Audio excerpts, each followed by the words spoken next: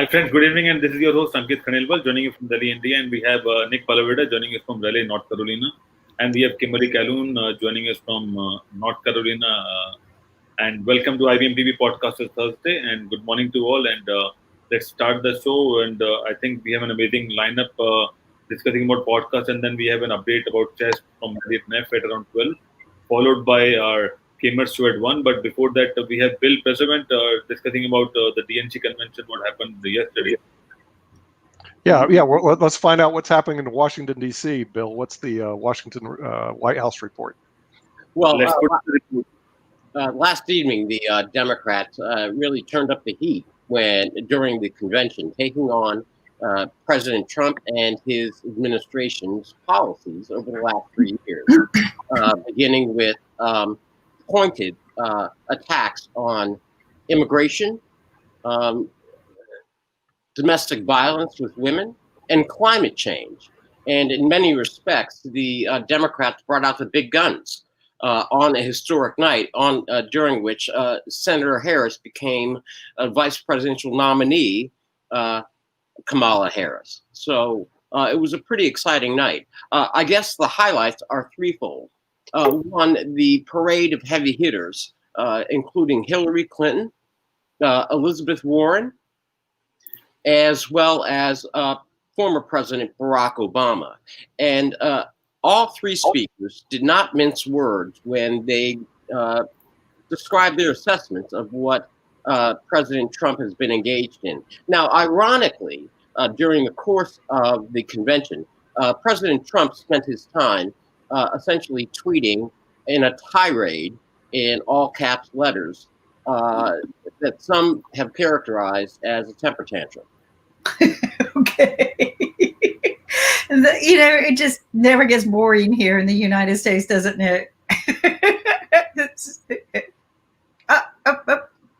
Nick, unmute. There we go. Okay, yeah. I mean, the thing is, it's going to be excited. But I also heard that somebody went to jail or something happened there. Can you update us on that report? Yes, as a matter of fact, reports are out this morning that Steve Bannon, the former advisor and some considered to be the architect of Trump's campaign in 2016, has been arrested on fraud, along with 3 others, has been charged and arrested with fraud and defrauding donors. And that is currently breaking news. That just hit the airwaves earlier today, maybe about 10 minutes ago. Yeah. See, to me, that wouldn't be a really good thing because, I just don't like the peanut butter sandwiches in jail. I think it's better out, hang out the Ritz-Carlton. But that's my preference. If he wants to do that, that's fine with me. It's up to him. Well, in many respects, it marks a remarkable downfall from Steve Bannon, once at the height of power, having sat in on National Security Council meetings early on in the Trump administration, to then being banished from the White House and then engaging in various activities abroad and losing his client base here domestically in the United States, and now sitting in jail apparently this morning facing he's facing charges, but as we well know, at least in the United States, we have a presumption of innocence until proven guilty. So he's still innocent until proven guilty. However, obviously, there's some evidence that may be problematic for them. I'm just curious, though, because it says former Trump advisor. At what point was he fired? Because, there was just so many people getting fired there. I never kept up with it anymore. Well, it was in the second year. Yeah, Ankit.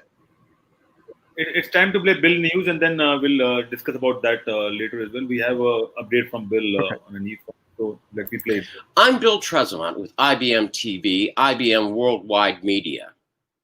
This is your report for August 20th, 2020.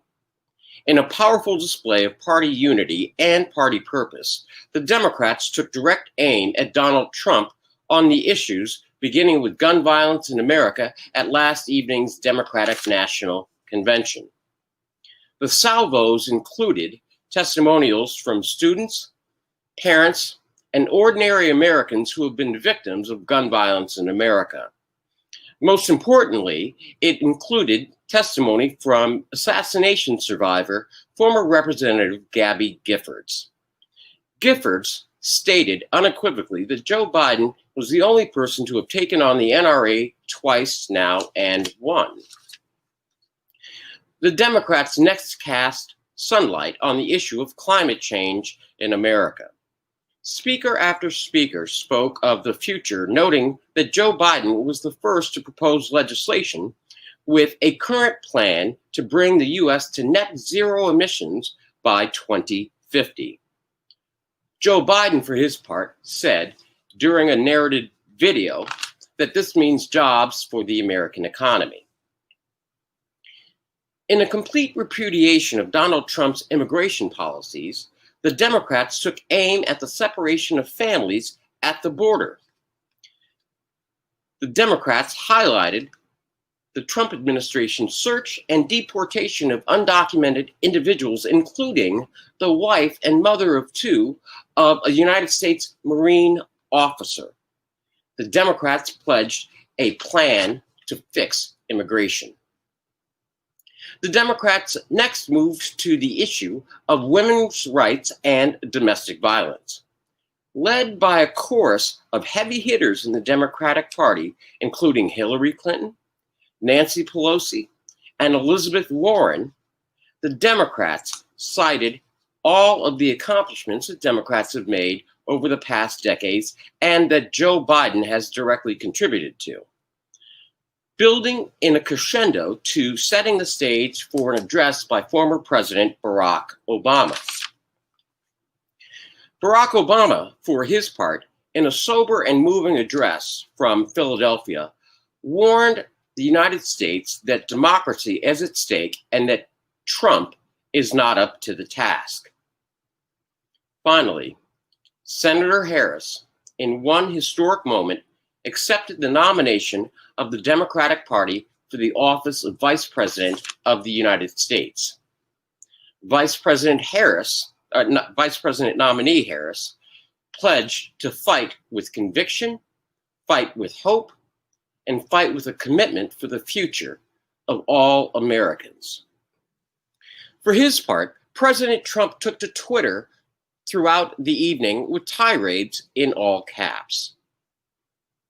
In other news, Nancy Pelosi has moved the hearings in the House on the post office debacle to Friday with a vote on a measure promised on Saturday. There are still no signs of progress in the COVID-19 relief package and no indication that any progress will be made soon. I'm Bill Trezevant on behalf of IBM TV, IBM Worldwide Media, broadcasting around the globe from dictatorships to democracies. That is your report for August 20th, 2020. Well, that's pretty good. You know, and I love the technology. I actually was able to do that.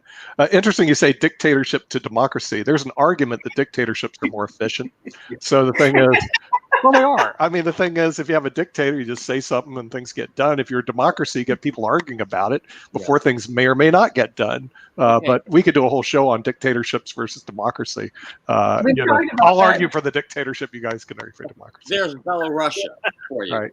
Right. Well, yeah, Belarusia. Well, you know, it was pretty efficient to have one person in power and everybody votes. You just throw out the votes and he's still in power. I thought that was pretty cool. You know, you don't see that too often. But yeah, around the world, it could be quite interesting. Ankit, in India, are people following American politics over there? What's going on here? Yes, why not? I mean, what's news? American politics. And in fact, I've asked Bill that what is the significance of red and blue color till elections? Because in India, we discuss about colors, we discuss about symbols, we discuss a lot of things. So right now, suppose if Bill is doing in Indian politics, everyone will say, why you have a red background? That means you are significancing something else. You are doing some kind of clue to your viewers. Okay. So we have that kind of thing going on in India. Okay. For our worldwide viewers, my red background is just a personal choice. However, I can tell you in the United States, red generally is associated with the Republican Party, and blue is associated with the Democratic Party. But I'm really nonpartisan, and I like red. So. And he's not going to repaint. I've already asked him about that.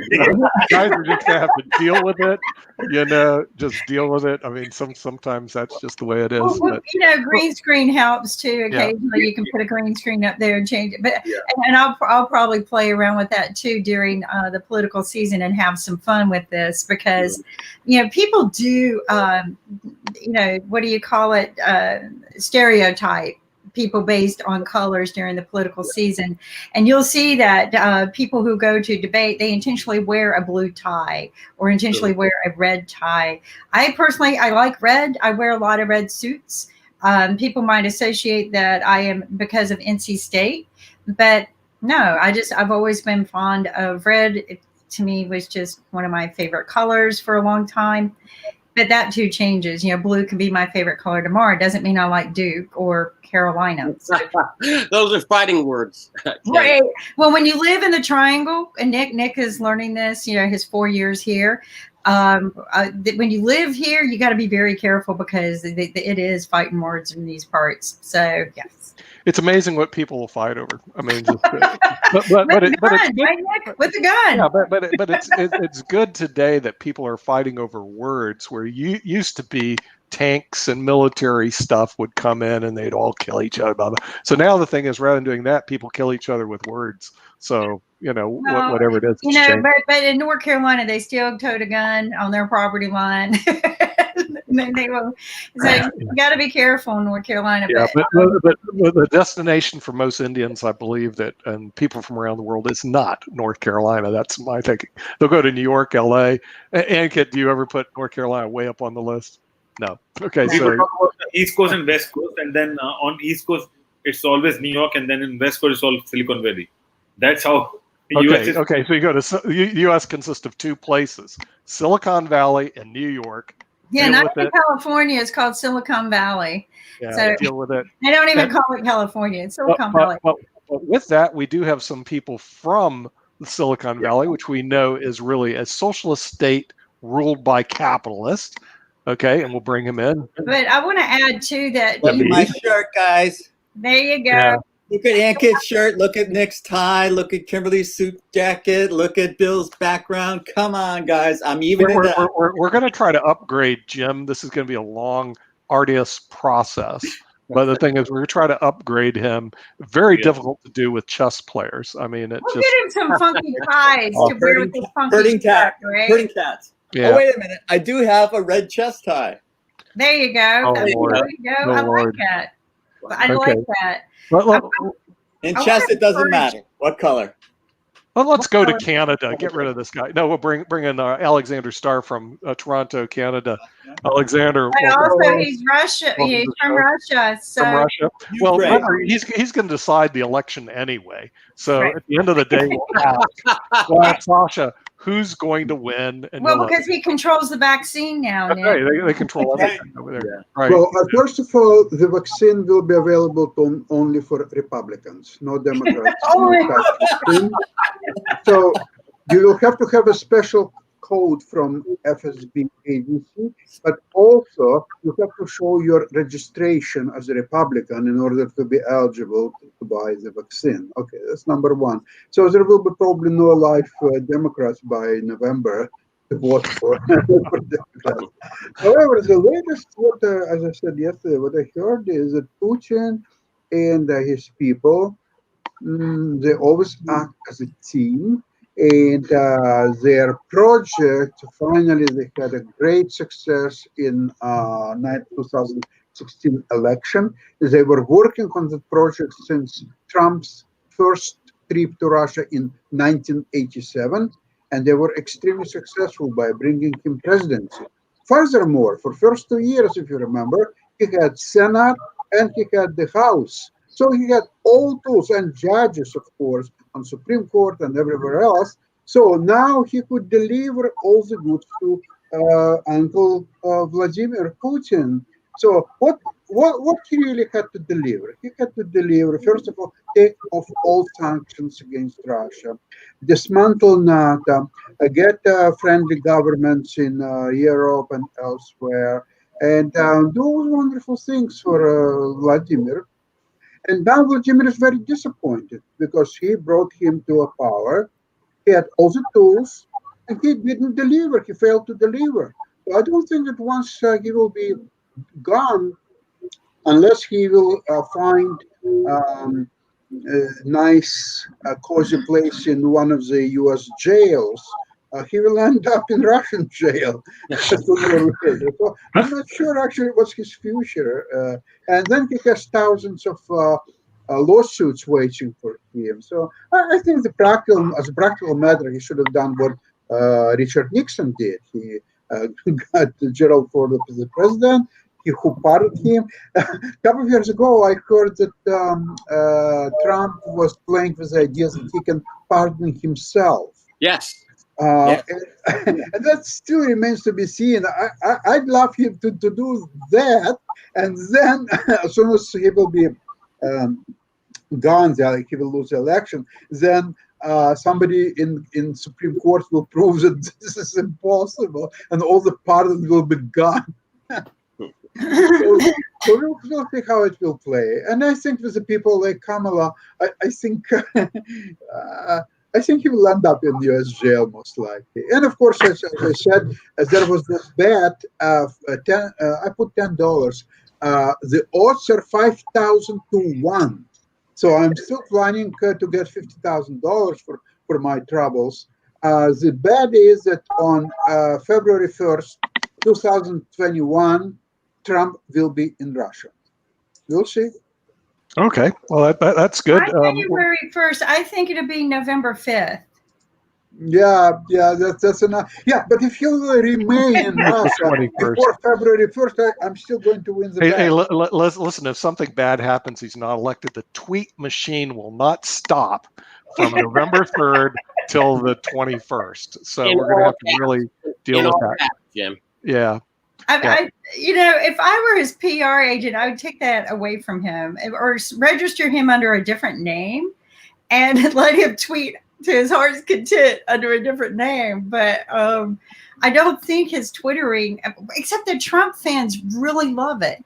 Like they, especially the bully kind of ones, they really get into this chip on the shoulder attitude. It's uneloquent for a president, as far as I'm concerned. True. Yeah. It's one thing if I do it, I'm just Kim. I'm just a dumb old girl from the South. Yeah, but they don't want to listen to any of us. So but it's another thing when your president is twittering all these insults. It's called tweeting. I'm going to Twitter in the Genius of the Year and see what he has to say about politics. Julien, hey, how's it going, guys? Hi, Julien. Welcome aboard. Once again, fascinated to ask you a question, but first I want to ask Bill a question. Bill, do you think this is part of the overall strategy? The GOP report came out and it was damning about the Russian influence on the 2016 elections, but it came out right when the Democratic National Convention was taking place. So all the attention is on the DNC. Your entire report, which was wonderful, was on the DNC. And so all of this stuff is kind of being swept under the rug, except that Steve Bannon was arrested and jailed for fraud. But there are a number of people that were mentioned in that report, and it's kind of going under the radar. Yes, remarkably speaking, I suspect that those in the Republican Party that are not named Trump have sought to do what normally we would find in Washington and call the Friday night dump, which is where you dump all the bad information late on a Friday after the local news so that it's never covered over the weekend. And then by Monday, everybody forgets about it. So normally it would be reversed. Trump would be up front. But the cooler heads in the Republican Party are dumping all of this now, while the Democrats are attempting to refocus the nation on the future. So, Jim, I think you're absolutely correct. Thank you. And Bill, I have a question for you. So suppose we were discussing about what is the trump card of Trump's campaign till November 2020. Because if you know what Putin is doing, they are not charging anything from their citizens for the vaccine. If Trump follows the same path, do you think he can be the next president? No. It was interesting. I think we discussed this in a few days ago. What it would take, I think at this point, for the president to be reelected would be a couple of things. He would have 51 million people would have to find employment. We would have to have a vaccine, and people would actually be vaccinated, and people would have to go back to work, and everybody would forget about everything else that he's done. But what about free vaccination for Americans? I'm sorry? What about free vaccination from Americans before elections? Well, I don't think. Unless Sasha's gonna let us in on the Russian vaccine, I don't think we're gonna have one by then. At least according to Dr. Fauci. So I would be afraid to be a test dummy, and as we know that maybe the DNA byproduct of it, what might not be healthy for the U.S. citizens, right? We eat differently. We are different here in the United States. So I would be very, very careful. And plus, like Sasha says, it's going to be for Republicans only, and they might poison the Democratic one. So I would be very, very careful. Yeah. But I got a question to ask people. How many people knew back in 2016, knew that Pepsi Cola company was actually in Russia? Oh, I knew that for the last 35 years. Okay. But a lot of people were not aware of this. And Pepsi Cola was sponsoring the Trump campaign back in 2016. They were heavy sponsors, but a lot of people had no idea that Pepsi Cola was actually a Russian-owned company. They thought that it was still out of North Carolina, which tells you how much we really do our homework. Really? Around here. I mean, I knew different because but a lot of people in North Carolina still think Pepsi is a North Carolina-based company. By now I'm hoping that they don't know this, or they do know this. But I'm curious where the funding is coming from in the campaigns right now. I mean, we've just seen fraud in the campaign. I'm curious. Kim, speaking back about this Pepsi situation, Russians love U.S. companies. They just love them. They love them more than Russian companies, Hungarian companies, or Polish companies, or French companies, or anything. Because Americans' company, they're very well capitalized.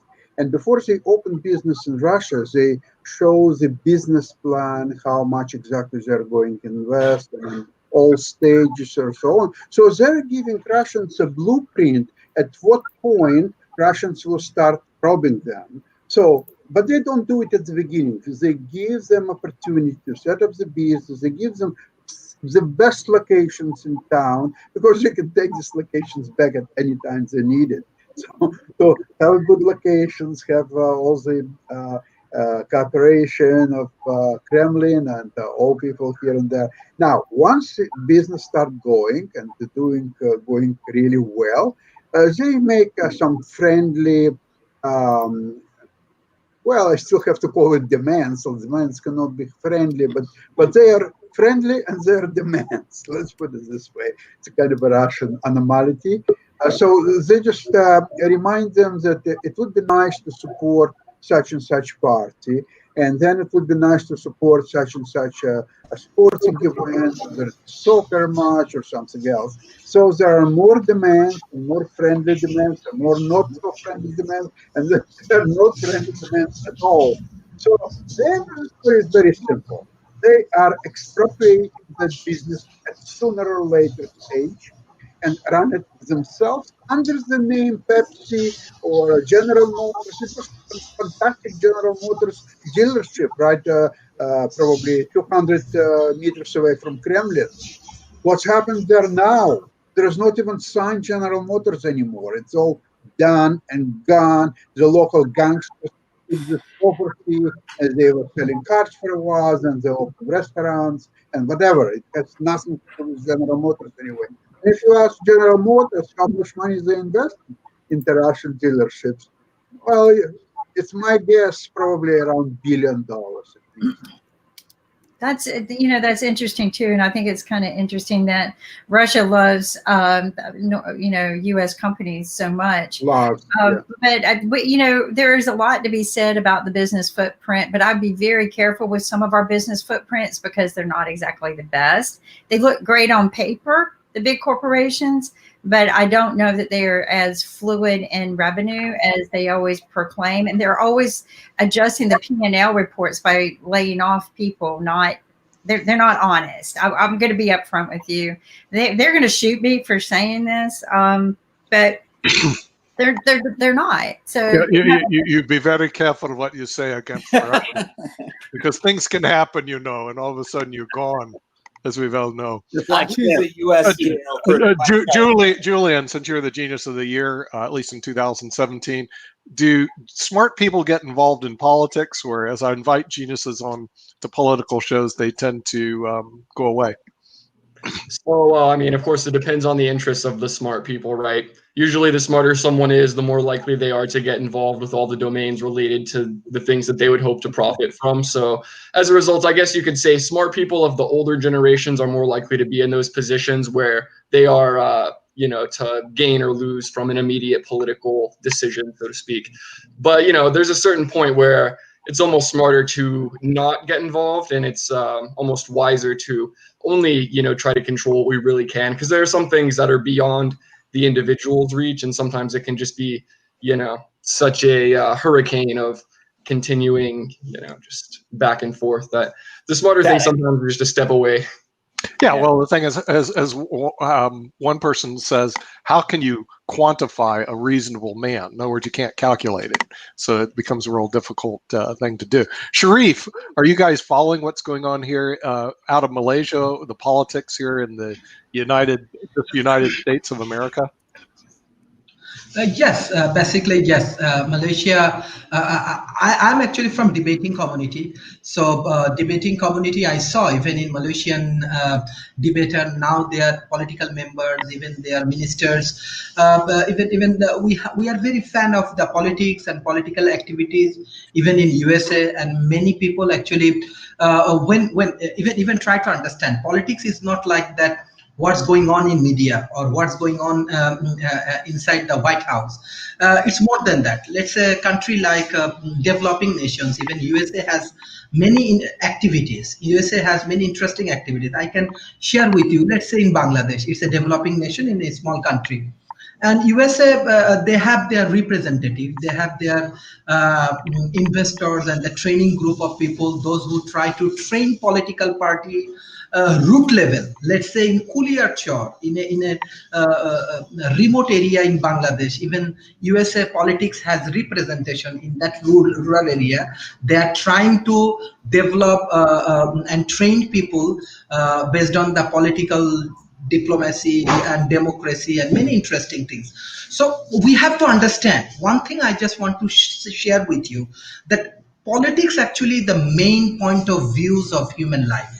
Why?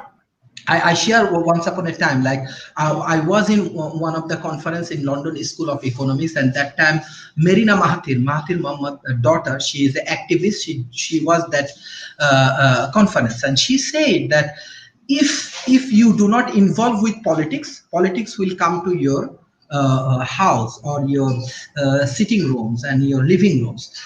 What does it mean? It means that everybody in our business culture, even if we have our small family and everywhere, we have to engage with the political cultures and other things. And one of the important things we are missing, every country, not only USA, is my belief. Strategically, I can prove these things that every country, every nations, every country now we have a problem. Even in COVID situation, we find many developed nations how they are strategically weak and other things, and how incapable. I do not want to say that the political peoples they do not get proper culture or whatever it is, but they have incapacity and they are not doing their work properly. This is because of the talent people, young generation. They are not positive about politics.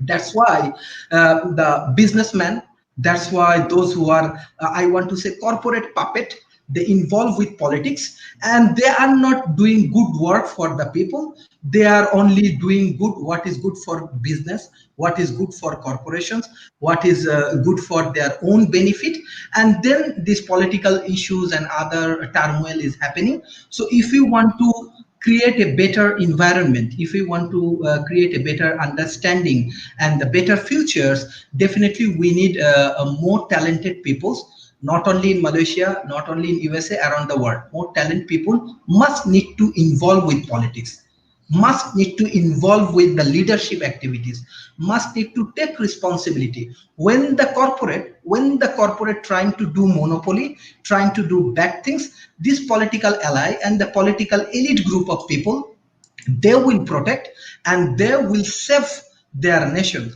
they will save their community. Even in COVID situation, you see what country doing best, where their politics has a good culture, politician has a good contribution, politicians has a good understanding about the local community demand.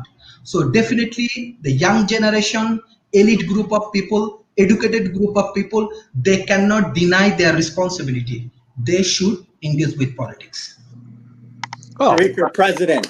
yeah, Sharif for president. Yes, of course. Yeah, making sure young people engage in politics.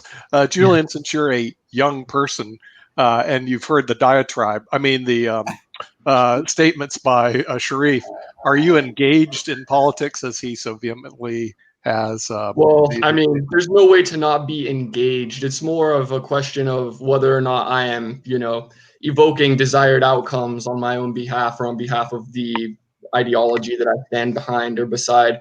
I can say that I'm definitely involved and that I'm always, paying attention generally to the headlines. And I do think that it's important to be cognizant of these things, but I also think that it's a bit naive in certain circumstances to think that, one's own desires will really have too much of an impact. For instance, you can say that the responsibility grows almost with the actual ability to affect change, because in many senses, prestige is endowed, or I guess you could say bestowed often by the people in the society itself. So in many senses, the people that will be elite that should potentially be voting more, they will still oftentimes be shaped by the same people that are, shaping the societal structure through other ways. So I think that it's important to learn from these things, but really I think that there are certain times when it's not the best to touch on certain things. For instance, I mean, if we just look at something like the current state of political affairs in the United States, there are certain topics that completely deserve to be discussed, but just because of the incendiary nature of them, it's better to not, touch them. And we could make the argument and say, well, okay, people that are more qualified to speak on these things should be the one that are allowed to do that. But then in doing so, again, it's like, who's going to be the one to make that call? And so in many senses, the system also has to embrace the so-called talented, people who could potentially make these better decisions. It's not just up to the talented people. In fact, the talented people, for all they know, they might not even be talented if it turns out that they are so against the grain that, just the societal structure around them is generally contrary to their initial beliefs. And that can be a problem, of course, whenever one is in a government system that is, morally questionable to the individual or even on a mass level. But again, think of something like the 2016 election. So I didn't quite vote in that one for, in the United States. And the way I see it, looking back on it, I'm glad that I didn't, because it would have basically been a lose-lose. Either one, I could have voted for Hillary, and then I would have just had, this bit of regret because the Electoral College would have just steamrolled whatever bit of influence I would have thought I had. Or I could have voted for Trump, in which case I would just get to feel guilty for every, ridiculous thing that we see on the news. So this is kind of an example of the case where sometimes it's better not to play your hand in a game, but to kind of see how it plays out and then see what we can take from that and apply to other circumstances. So again, I try to be involved enough to extract wisdom, but I'm not quite sure that I'm in a position yet to be able to affect much change. And so it almost seems smarter to me to just continue biding my time without being fully committed to a kind of purpose that could almost evolve beyond me. It could be based on factors that I'm not entirely aware of. And at the end of the day, I do believe somebody who supports a dangerous ideology that is ultimately going to be responsible for negative outcomes, that person is in effect promoting those negative outcomes, even if it's not necessarily consciously. So for this reason, and this is another thing, whenever it comes to the younger generation, when it comes to these political involvements, there is a lot of guilt that can be attached to really either outcome. And so it's almost in the sense of, I guess we could relate this to, maybe you've heard of the perfectionistic qualities of gifted people, maybe people who come from certain circumstances. Whenever they first encounter difficulties, they'll try to shrink from it because they won't want to actually face the music of, you know, maybe in failing at something, not doing well. Basically, it's easier to not try than to try and fail when the ego is concerned oftentimes. And so, you know, there are a lot of things that tie into the involvement. Politically, I think that I'm a bit more involved philosophically with the political structure of the world right now, whereas there are many people that are more involved with the mechanics of it, such as, you know, we would see in the debate circles and whatnot. But as far as, you know, my involvement, it's generally just the social patterns and what they mean on a deeper level that I try to move with. And moving forwards, I guess with the next election, the next potential elections, I've already heard one friend say they're looking forward to voting for Trump the next 2 terms. So see what happens with that. But yeah, I mean, did that come from Jim Eade? Because he's been a big supporter of Trump for years. I wasn't really sure. But Julien, you moved to Canada, so you don't really care about what goes on over here anymore, do you? I mean, Canada, your country's wonderful. Right. So I moved to Canada on December 15th of 2015. So it was right at the end of 2015. The time that I left, it was interesting. It was almost like a snapshot, something worth remembering. And now every time I visit the US, it's almost like there's some kind of downhill turn. But I do definitely care what's going on. And I've been made to care more recently just as a result of the things that have been in the news. And it's reaching a certain state where it's not even necessarily political so much as philosophical and logical, because for instance, there will be people who will, you know, of course, support political claims more for the symbology of what they think the ideology represents, as opposed to the technicalities that could underpin specific claims. So yeah. You mean like white supremacy? That's one of those topics that I don't want to really touch on. That's an incendiary topic. I'm sorry. Incendiary topic. We're trying to stay away from it. IBM TV. I beg your pardon. Beg your pardon. There's only one thing we could do with things like that. Just get rid of them. Get rid of them. You know, got to give Jim his say, of course. As they say, the freedom of speech does not exist at all. Well, you know, one thing that this does bring to mind is the so-called horseshoe effect, right? Which has to do with whenever extremity is applied to any kind of spectrum, you start to get similarities in the outcomes, right? Which, I mean, it's like if you multiply any variable by infinity, you're going to get infinity, right? So it applies in certain senses as well. But yeah, you know, the funny thing is, Julien, is that in the social science area, and I do encourage people to read at Social Science Research Network, SSRN.com, the largest depository of academic journals in the world. No one refers to that, but the thing is, they have never heard of it. Don't give me that, Jim. Everybody knows about SSRN.com, and I keep blasting it. I mean, Sharif knows about it, but he's a PhD scholar.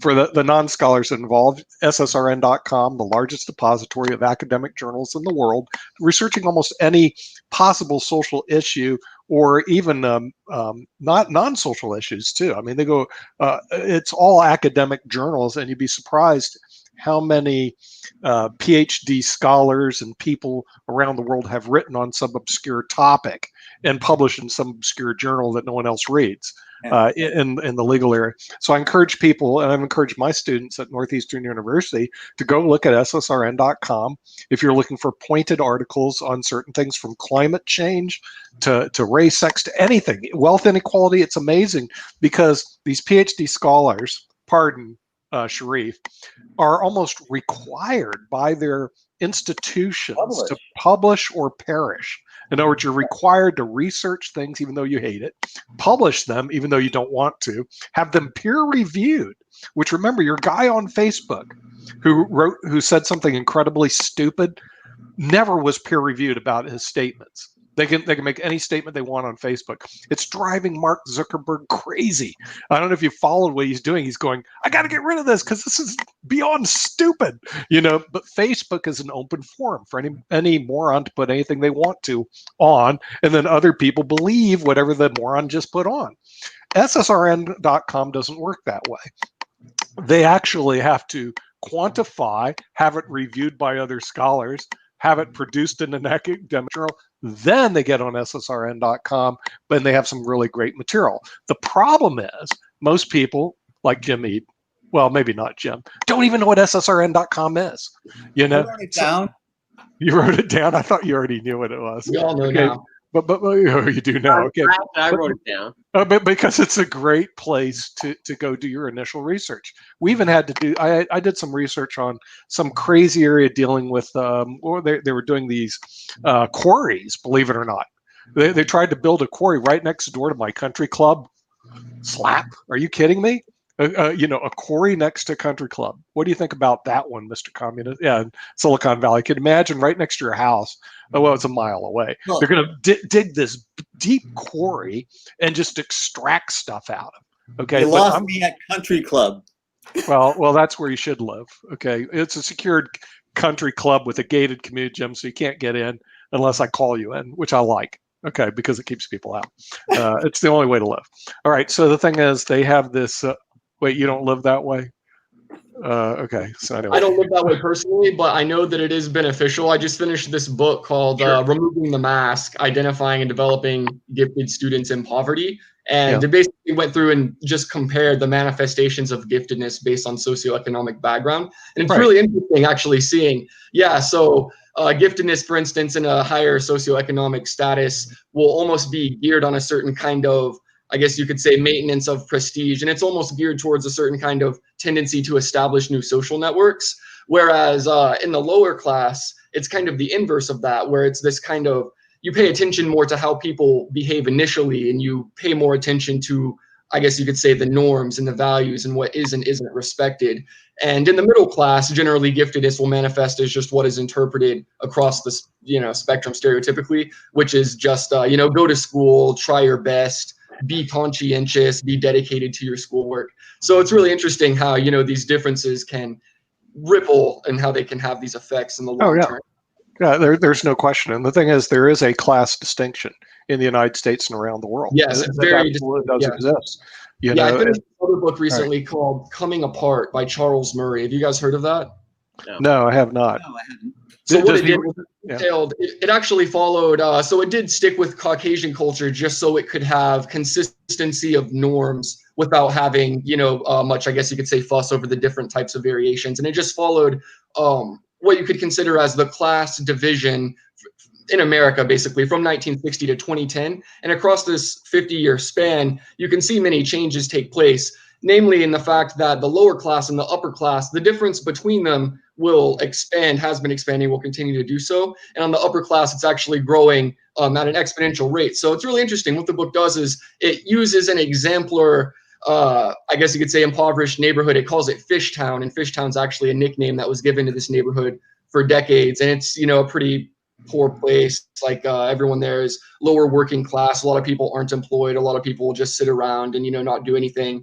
And then it contrasts it to this city called Belmont, which exemplifies the, upper strata, so to speak.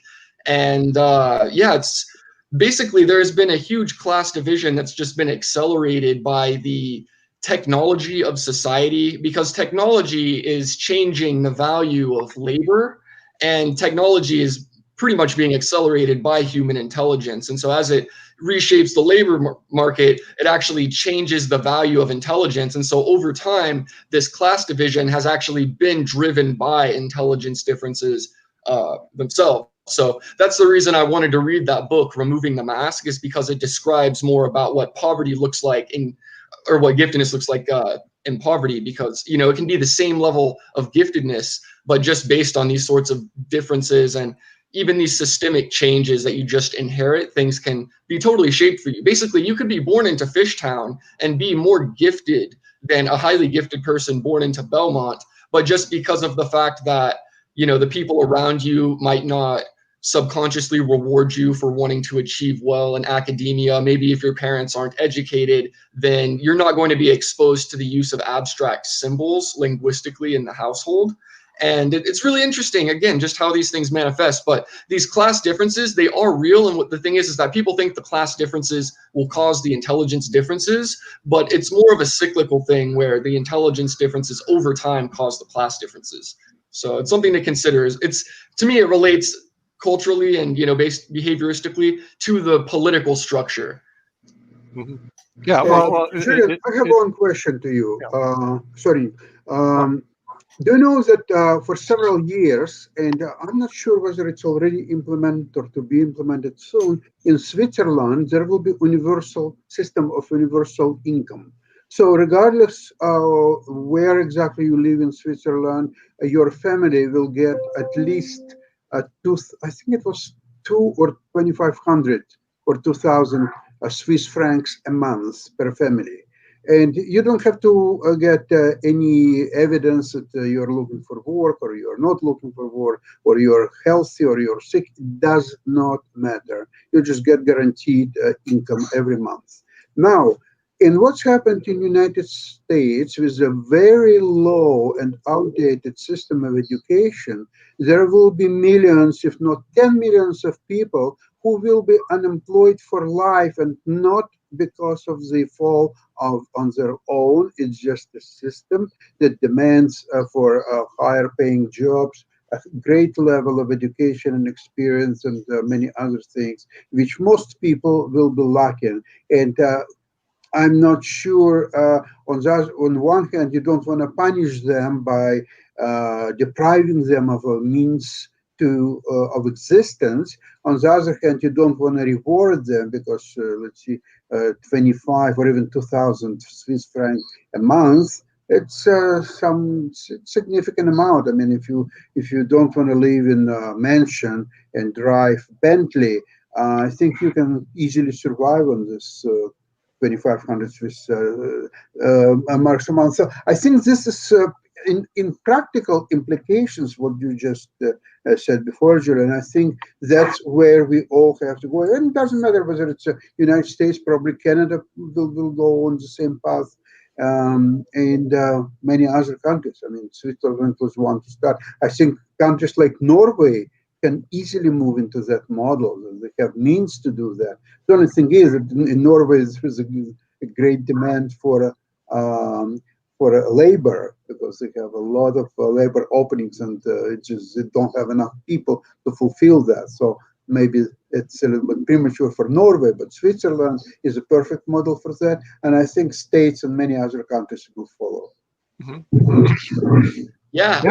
Yang ran as a presidential candidate, and he got zero traction trying to implement an idea like that. I don't think America's ready for that, although it makes perfect sense. Well, actually, Jim, that's not quite right. He got zero traction as the national policy currently, but the idea of a basic income was incorporated in the initial COVID relief package, which resulted in $500 checks. And yes, if there is ever a second deal, that kind of income. Now, Vice Presidential nominee Harris has called for a $2,000 automatic payment to all U.S. citizens for the duration of the pandemic. So, okay. Yeah. Okay. Yeah.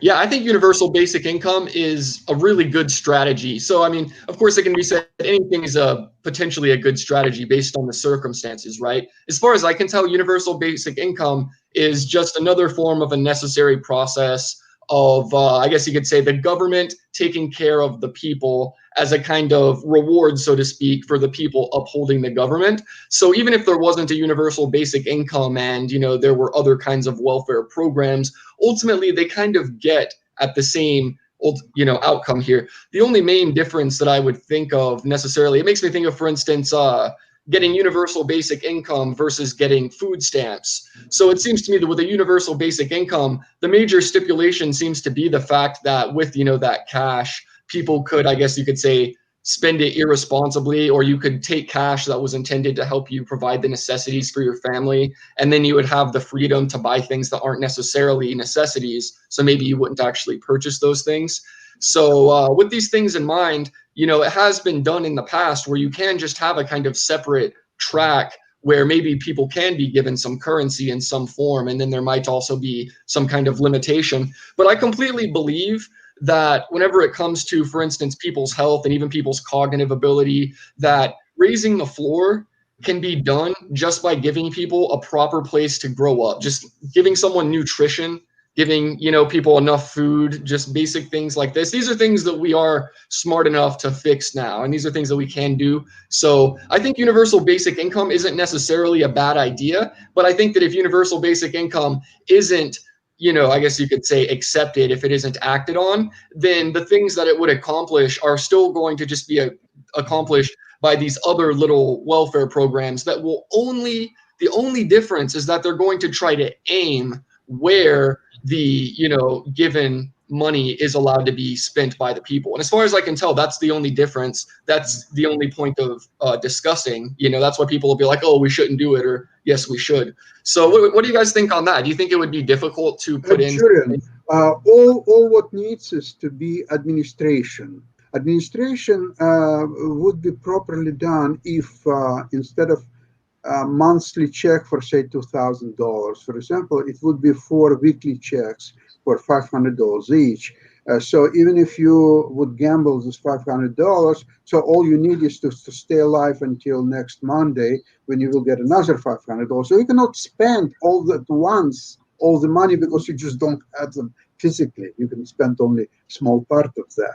So this way, that system probably will almost force you to survive because you will not get all this at once. A little bit, but not necessarily. And, it's always these kind of not necessarily cases that are the things that will be the make or break, right? Because whenever it comes to making major decisions, it's always the worst case scenario that you have to plan on. I mean, I could be wrong on that, but it seems like it still leaves enough of an opening.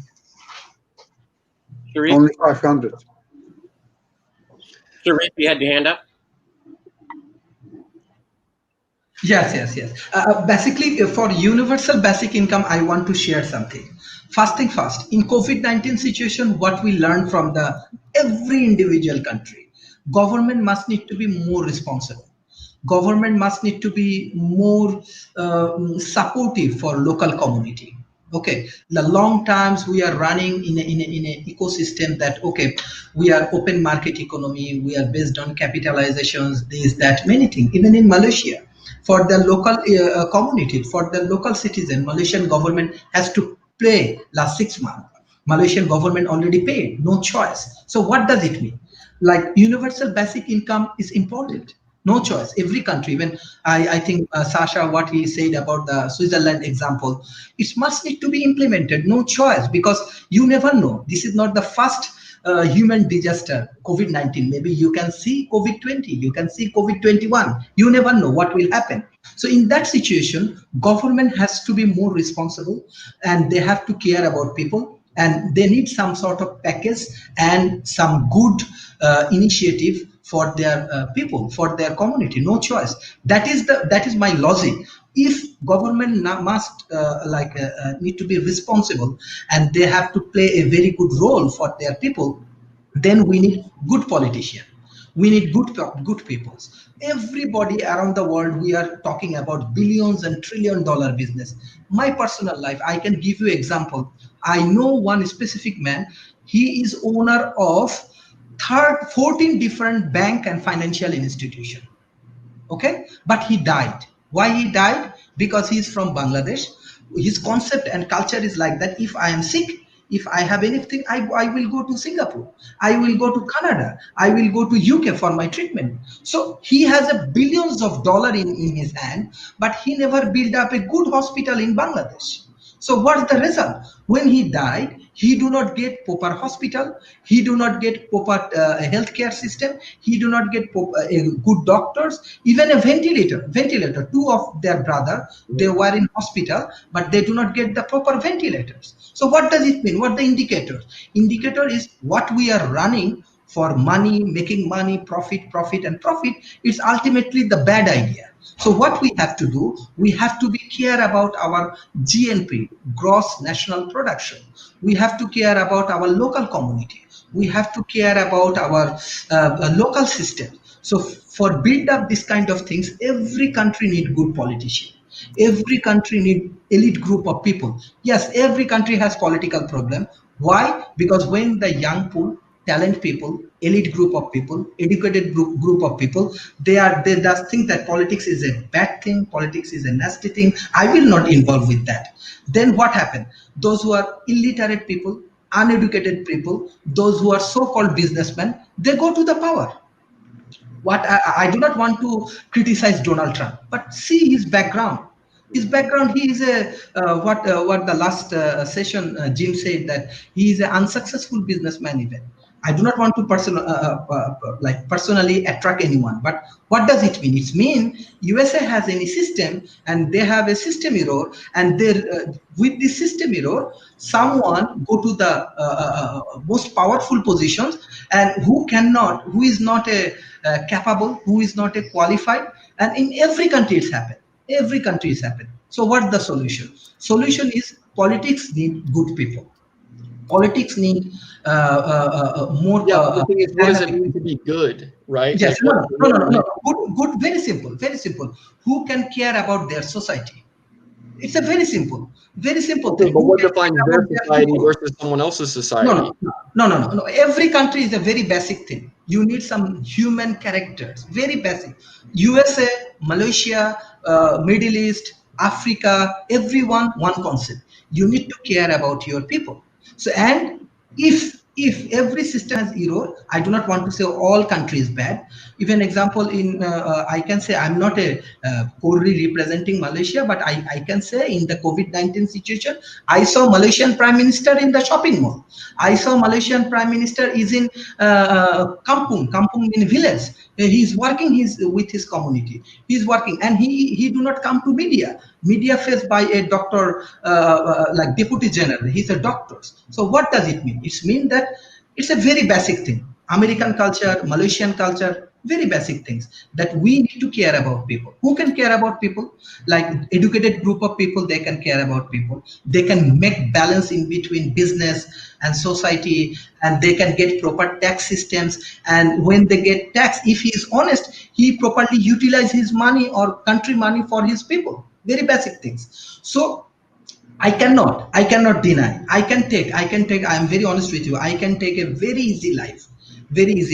But I have to be in one point. I have to be honest. I want to give one specific example. Even in my personal life, even if it's go against me, I go. In my country, there is a law. What is the law? I am actually a freedom fighter son. Those who are freedom fighter, they get government job. Okay.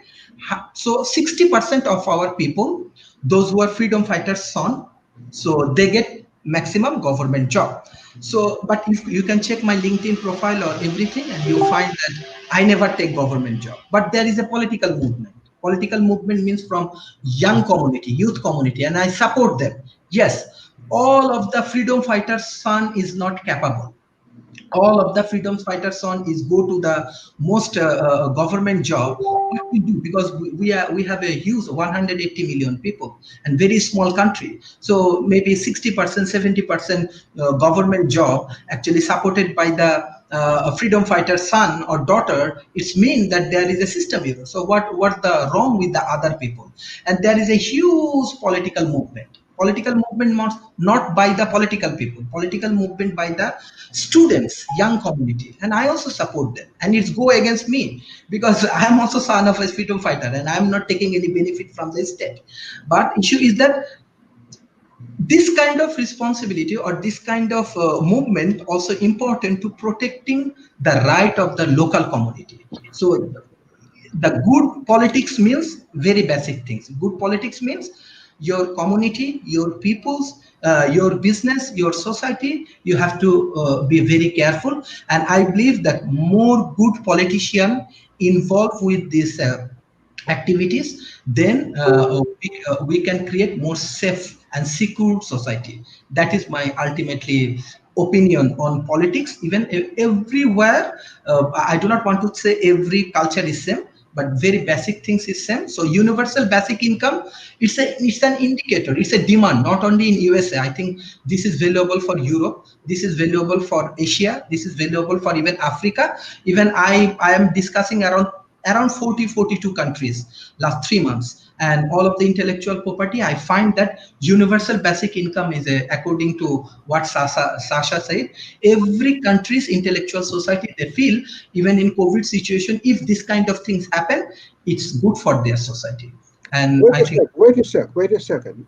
The fact that I mentioned universal income doesn't mean that I like this idea or support it. Okay. I mentioned that as a possibility. The problem is the same.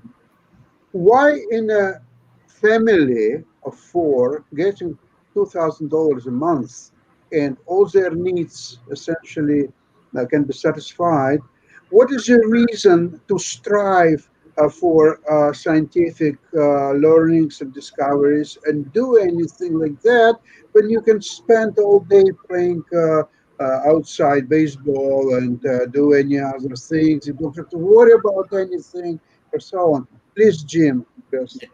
I think that there's a certain population that will behave exactly as Sasha is saying. There's a certain percentage.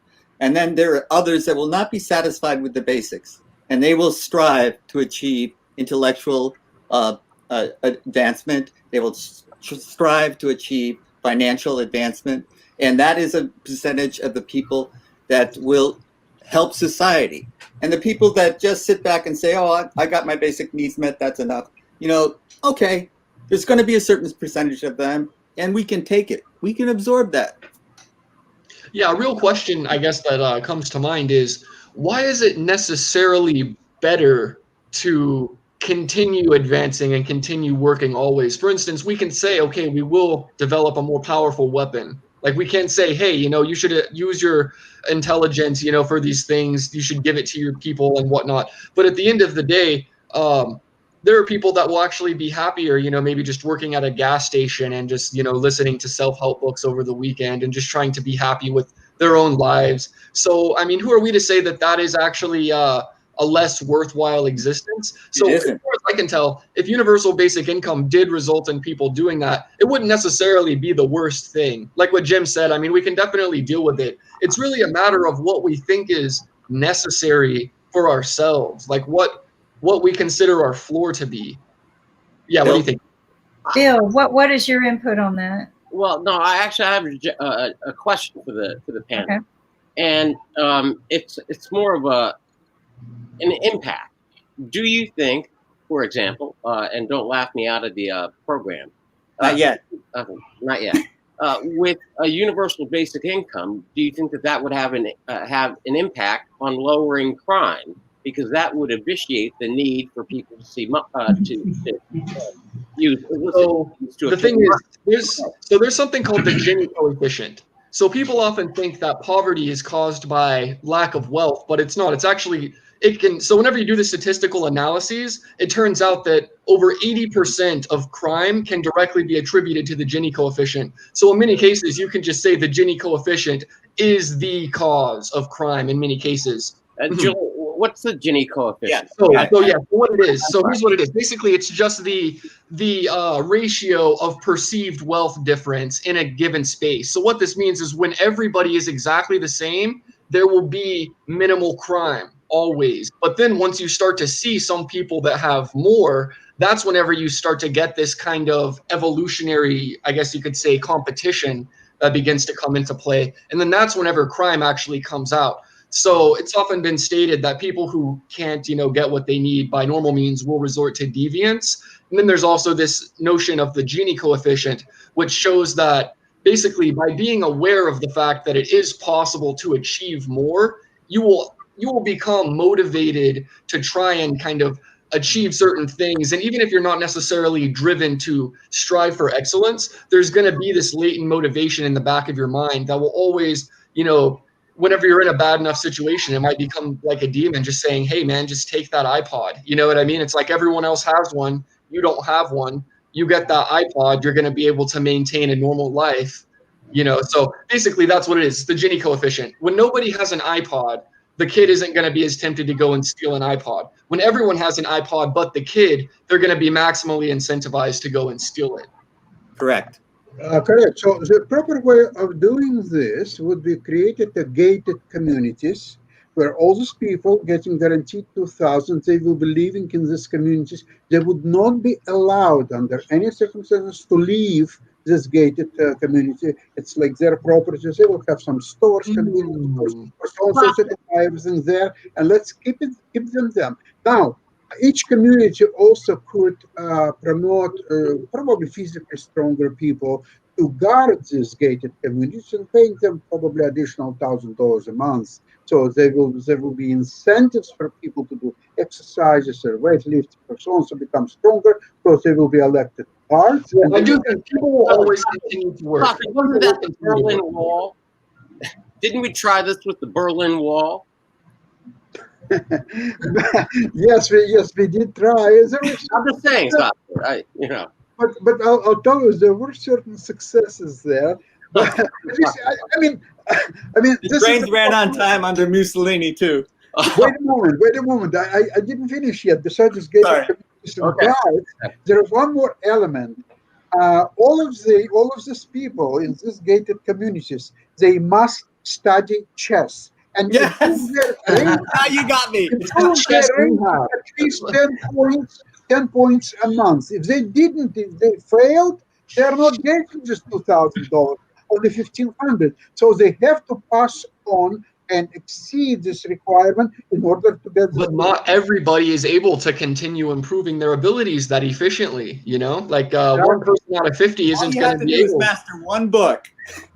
Well, your foundation, Jim, will supply these books to this gated community. I want another $1,000 for doing that, though. The lifestyle that you are talking about reminds me of a military base, right? Where and military housing, where they have all of the same house, you know, the cookie cutter house for everyone. Everyone is treated the same. Everyone lives equally, but then when you go inside each person's house, there's individualism, right? Some people have nicer curtains, some people have nicer clothes, some people have nicer cars. They're all supposedly making the same income, but somehow some people figure out how to either save more money, invest their money, create more money, while others never get ahead. So there is a cookie cutter lifestyle footprint that does exist. I don't know if this still exists today. I just remember these back from, you know, when I was younger. But the thing, the idealism is that come Monday, that we're going to have a huge amount of evictions. We're going to have a huge amount of people being displaced and no idea where to go. This is exactly the point, that in these gated communities, there would be no evictions, number one. Number two, there will be communal kitchen where everybody is, whoever is skillful to prepare foods. So they will nicely food, and you can get as much as you want anytime. Nasty food. Why does it have to be nasty food? Why can't we have great chefs? So here's the idealism I have. Why not have these communities and everybody has to grow a garden? Everybody has to go milk the cow. Everybody has to milk the goats and make the butter. I agree, but I just want to say, not everybody will be equally able to go and milk the cow. You know, even if they can't milk the cow, they're still valuable. There's still something that they can do, and even if they're helpless, they can be taken care of. Basically, this is called a village. Element of these gated communities, because it was tried by early communists right after the Russian Revolution. They had this communal establishments, and they had communal wives. All women were equal now, and they could choose who they wanted to cooperate with. And there was a competition between women to get the best man, and there was competition between men to get the best woman. So it was very competitive, very cheerful, very nice way of life. And I think something like that. That's what we have that today. We call that country clubs. Behave a certain way, you know, privatized prison. Privatized prisons. But let me ask you this: is that gated community governed by somebody who's more wealthier than everybody that lives in there? Sasha and I will take care of that.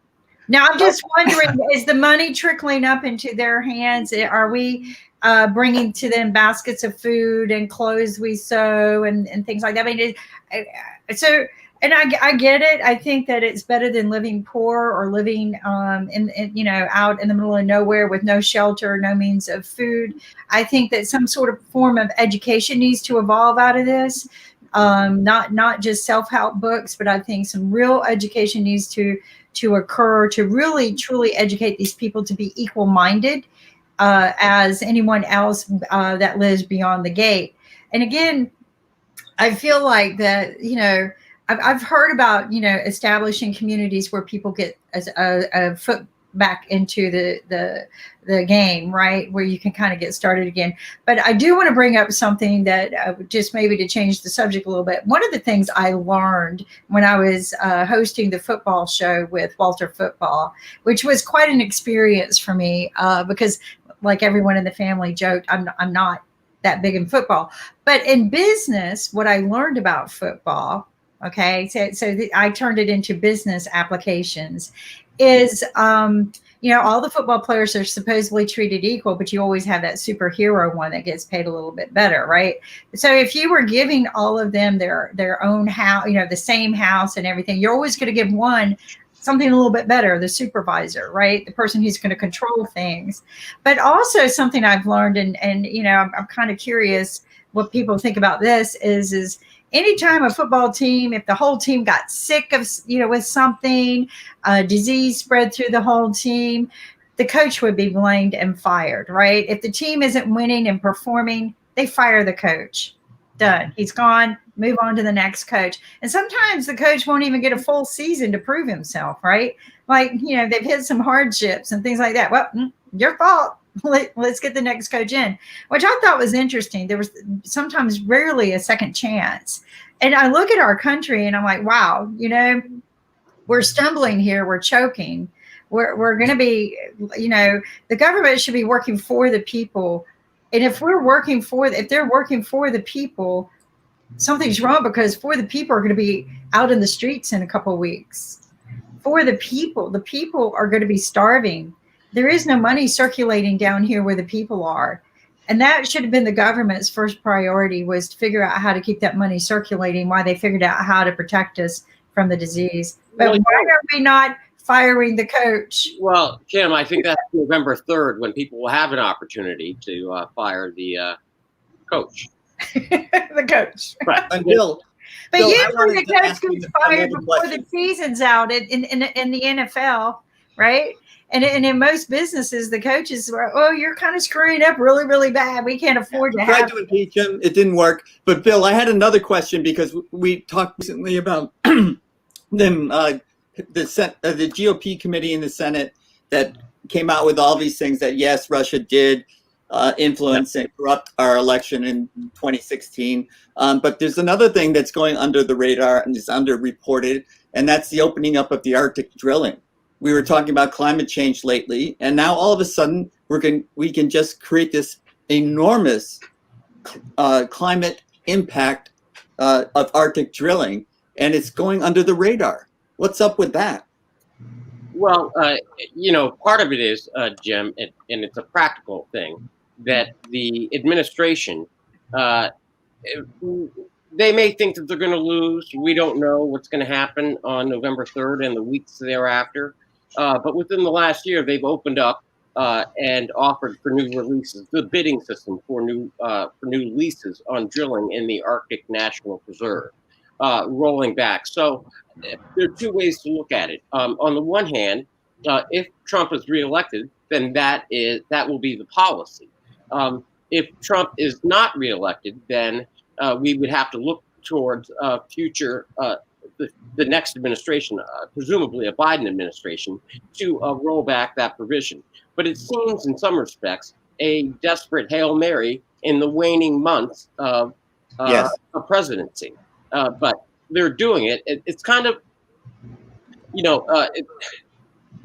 it's kind of like in some circles and with people that are less fortunate, when they're forced, they can't pay the rent, and they know that they have to move. It's sometimes termed a midnight move. So they know the landlord is coming tomorrow to collect the rent. They don't have the rent. So at midnight, the night before, they move out and they take everything. They strip the house and do all the other stuff. Right. And the GOP apparently is in the position of thinking that that's what they may be doing right now. And it's across the board, Jim. You're quite right in pointing it out, because it's not just with environmental policy, it's across the board. I agree. Thank you. So.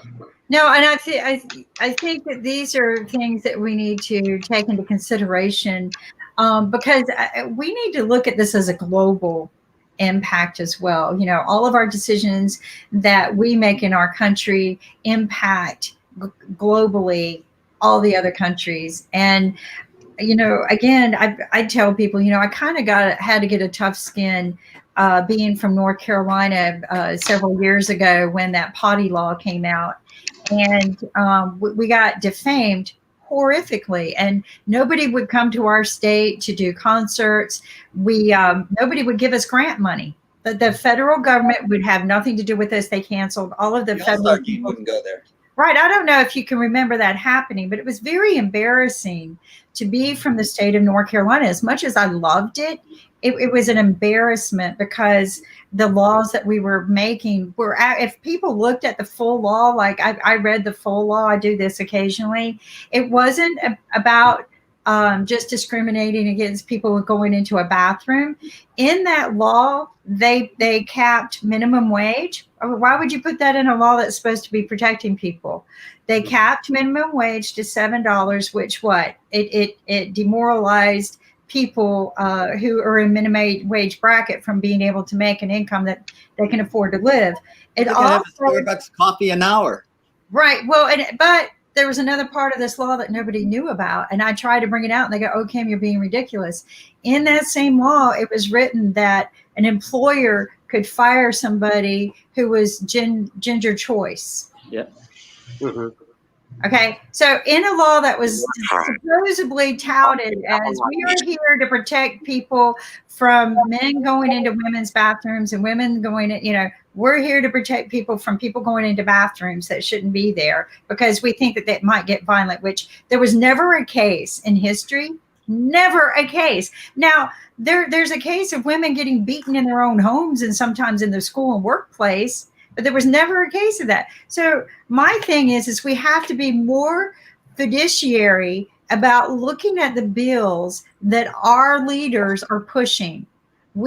And I don't think every bill should be downplayed and only be about one item, but it should be not written any longer than the Constitution. If a bill is written longer than the Constitution, there's something wrong. You're making sense to me.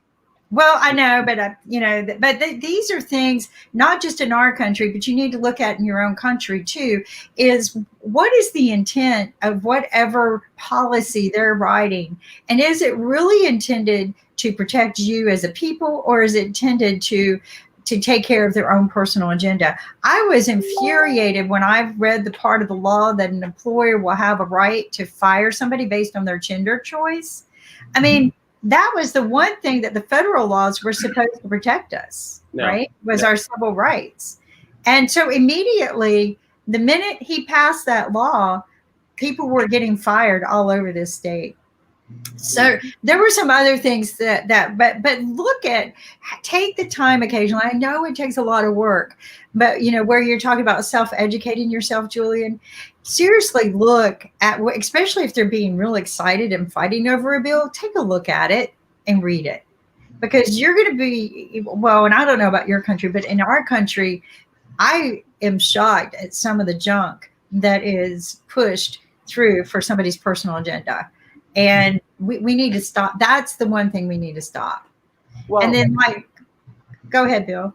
Oh, no, I was just just as an observation, that was generally the idea behind the annual pork report that Senator McCain used to put out, that it was these add-on measures, these personal earmarks that us Congress people and senators would attach to bills. And sometimes they were loopholes.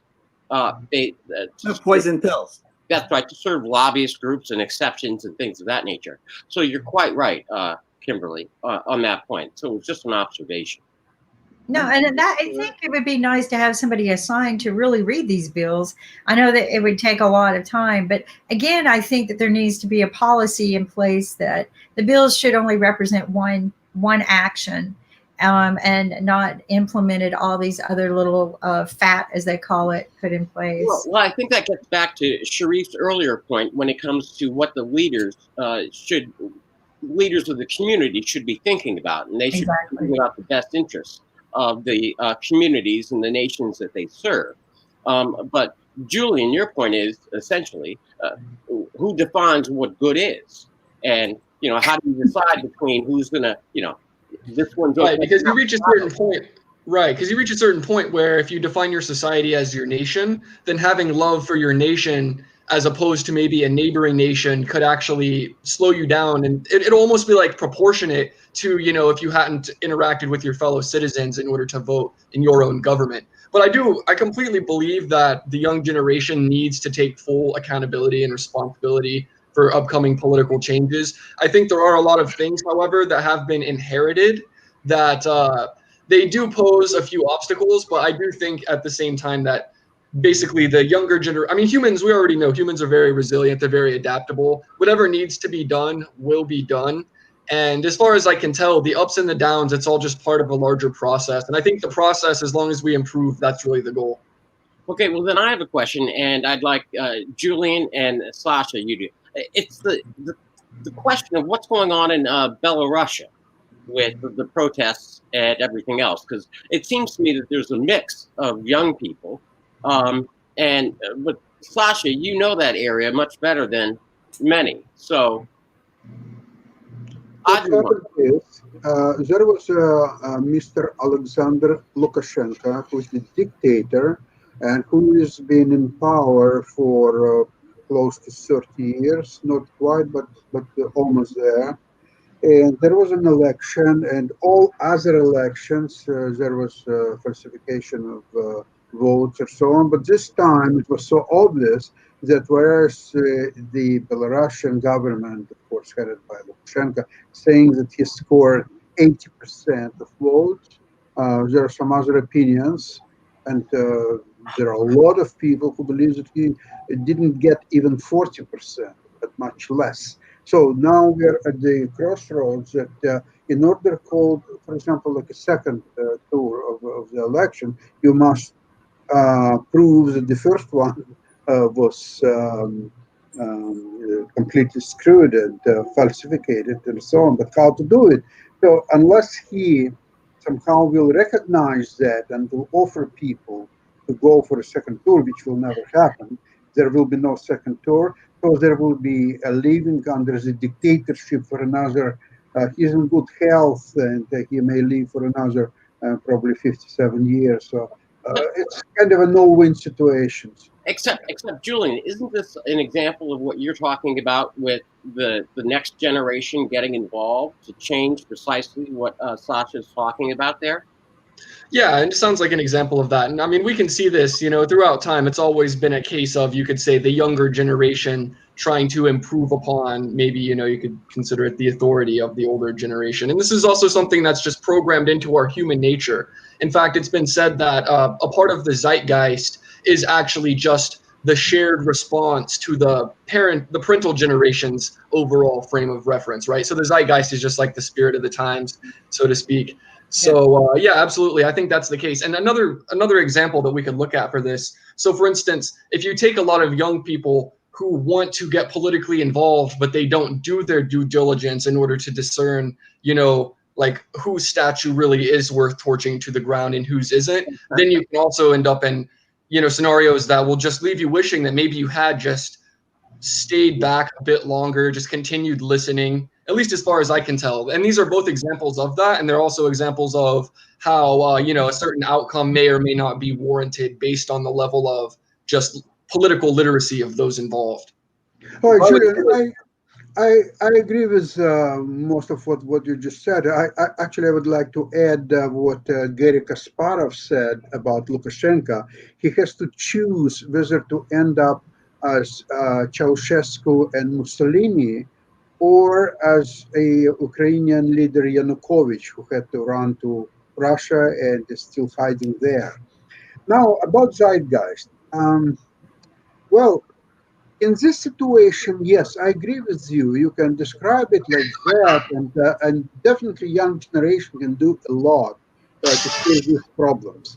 There is something else that probably zeitgeist does not apply. Younger generation, for example, in United States, those people who are today, say, 16 years old, in 4 years they will be 20, and in another 4 years, 24, and so on, they will start their families, they will have their jobs, or will try to get their jobs. Now, the problem is that by that time, US will be riddled with at least 30 and probably much more $1 trillion of debts. Now, with zeitgeist or without zeitgeist, how these young people will deal with that? Can you tell me? Well, just print more money. How does it help? It's just make believe monopoly money, you know. I'm ready to agree with you. However, there is one funny thing is, right now, when people are about to start getting evicted from their apartments, and when there is a I agree. and when there is an election in a few weeks' time, so if Trump and Republicans would have any brains, they would immediately agree with whatever Democrats want. What Democrats want are $3 trillion. Republicans want only 1 or 1.5. Go not for 3, for $5 trillion. It's printed money anyway. What is it? So that will be another couple of $1 trillion here and there. Who cares? There's a problem I have of what happened to the original $2 to $4 trillion that we invested several months ago. That we printed and invested. Where is it sitting? So here's what needs to happen: incentivize the wealthy who got that money to reinvest it back into the communities. Give them tremendous tax deductions. Give them whatever they need to put that money back. Because right now, all that money is sitting in someone's bank account. And as far as I'm concerned, you know, David K. Johnson was correct that that whole stimulus was nothing more than a welfare package for the wealthy. But on top of it, I think it was one of the largest money laundering scams in the world, because none of that money is stimulating anywhere right now. Okay. And one of the good things, and I don't see Ben anywhere, so I hope we didn't run him off. But one of the things I like about the UK is the voucher systems that they're doing. And those voucher systems are doing what? They're stimulating the economy. They're stimulating down below, and they're providing food for people who probably wouldn't be able to eat. Well, that's like what I was describing, right? Where you have these kind of these rules that aim where the value being given by the society would be spent. So that's kind of like what I was getting at, I think. Yeah, exactly. And I think, but we need to get those purse strings loose and get that money trickling back down again, or river flowing down at this point. But we don't need to be, I joke about printing more money because that's always been our answer, right? But my question is where does it go to begin with? And like everyone always says, I think even Sasha says this, Jim, everyone says this, just follow the money. I mean, I even wrote that in my book. If you want to know where the growth is, follow the money. But Bill, you want to get in? Excuse me. Let me finish. Thank you. The greatest sin of Mueller's report was that he failed to follow the money. He did a lot of wonderful things and great things, but he miserably failed by not following the money. He wasn't allowed to. If you were in a position to follow the money, what's happened to the first second of $2.5 trillion? Okay, here's a $2.5 trillion, exactly from where that money was flowing, and a date, amounts, and so on. Nobody will be able ever to do it, right? Mm-hmm. He wasn't allowed to. Right. Exactly. That's the point. Sharif, I know that you were trying to get in, and then Jim, I wanted to hear what you thought about the youth movement in Belarus as it relates to the 76 days that we have left here in the United States before the election. Sharif? Yes, I just want to share something. Like it's my idea. I do not know it will be applicable or not. Let's say we are here, like 6, 7 people, we are discussing for this show. So except maybe Mr. Bill is a full-time politician or he has a political engagement or something. Others people maybe they do not have 100% engagement with the politics. But I have this is my own strategy. I always follow. Like if something good happening, let's engage with that. Let's say politics. We every day 1 hour of time we go for gym, or 1 hour of time we spend with our family or meditation or some good activities. So why don't the young generations or the young people, they cannot spend their 1 hour of time for the political discussion, for the political strategic alignments, or what is the good for their society, not only maybe the state or other things, maybe young community as they are the front fighters, as a practice, good things practice, they can discuss. But if we think, oh, okay, politics is very bad, I never engage with that, there are many problem, I will not engage with problem, so problem will come to my house, no choice. So in that situation, this is one thing we can do. On the other hand, let's say Sasha or Jim or Kimberly or Professor Nick, this kind of people, or Bill, this kind of people, they can be our think tank because they have a lot of experience, they have a lot of knowledge, they get a lot of things from their cultures and everything. So they can do more research, and with their research they can guide young talent pool that this is the ultimately the good strategy for your community, this is the ultimately good strategy for the society, or this is the things we can do, this is the good initiative we can do, or this will be healthcare system we can follow, this will be the educational strategy we can follow, or this is the social securities we should follow. So maybe this is the best way we can integrate it. So yes, we can contribute according to Sasha need, we can contribute for our economical developments and our daily need and other things. Side by side, we gain our strong community, we build up a strong community, we develop our political knowledge, and we side by side we contributing for our nation. I think it's not a difficult at all, but exactly we expend more of our time in social media or chatting with other people or different kind of activities. Better we can do 1 hour of time political activities, and definitely with the help of this kind of think tank, definitely they can come up with a good research, good experience, good strategy, we can learn from them, they work as our mentor. So maybe this is one of the solutions I can think. Okay, Jim, out there in California, at least I'll broaden it. I don't want to put too much of a burden on California in particular or the Bay Area, but the West Coast is home to a number of think tanks, whether it's Silicon Valley or up in Seattle, and a cabal of intellect. What do you think? Well, one of those is the Hoover Institute at Stanford University, which is pretty conservative. And so we do have a lot of people that produce conflicting advice. And that's one of the difficulties. But I will go back to the general idea, like I have enough money to join any of the number of country clubs around here, but I'm the kind of guy that wouldn't join a club that would have me for a member. So same words, absolutely. Yes. Right. And but I do at least 10 hours of community service. So I think the first thing is to change yourself, help your community, and then it goes on, it builds that way. It's not a top-down type of phenomena when you want to affect change. And that's just been my experience in my life. So, I can't even speak for Silicon Valley or California, but I do think that we're trained. We've misunderstood Adam Smith. I wish David K. Johnston was here. And we following the soulless Ayn Rand type of philosophy now. So many people have adopted that, where you do not care. You're trained not to care about your fellow citizens. So it's an educational problem. And, if you're trained to think about following your own self-interest, you become selfish. And if you are trained to follow your enlightened self-interest, you include the community in that. And so your actions are not only to make yourself better, but to make your community better. And by extension, whatever state or whatever nation you live in.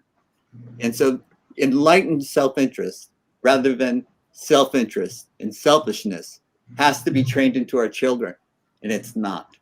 Okay, I think that's a really good point. I think it goes back again to what I was talking about with Sharif, which has to do with, so in regards to what you were just describing, Jim, it would be like, what does it mean to be enlightened in one's self-interest? It's almost like saying, what does it mean to be nationalistic, whenever we could be talking about the entire nation of humanity, or if we could just be speaking about a specific region. So I think that we should teach these things to our kids, but I think that we still have to have the discussion in the first place. We still have to decide, like, for instance, when Sharif tells me about the things that, are going on in the successes of his country, I personally, I feel happy as if I heard it was something in my own nation.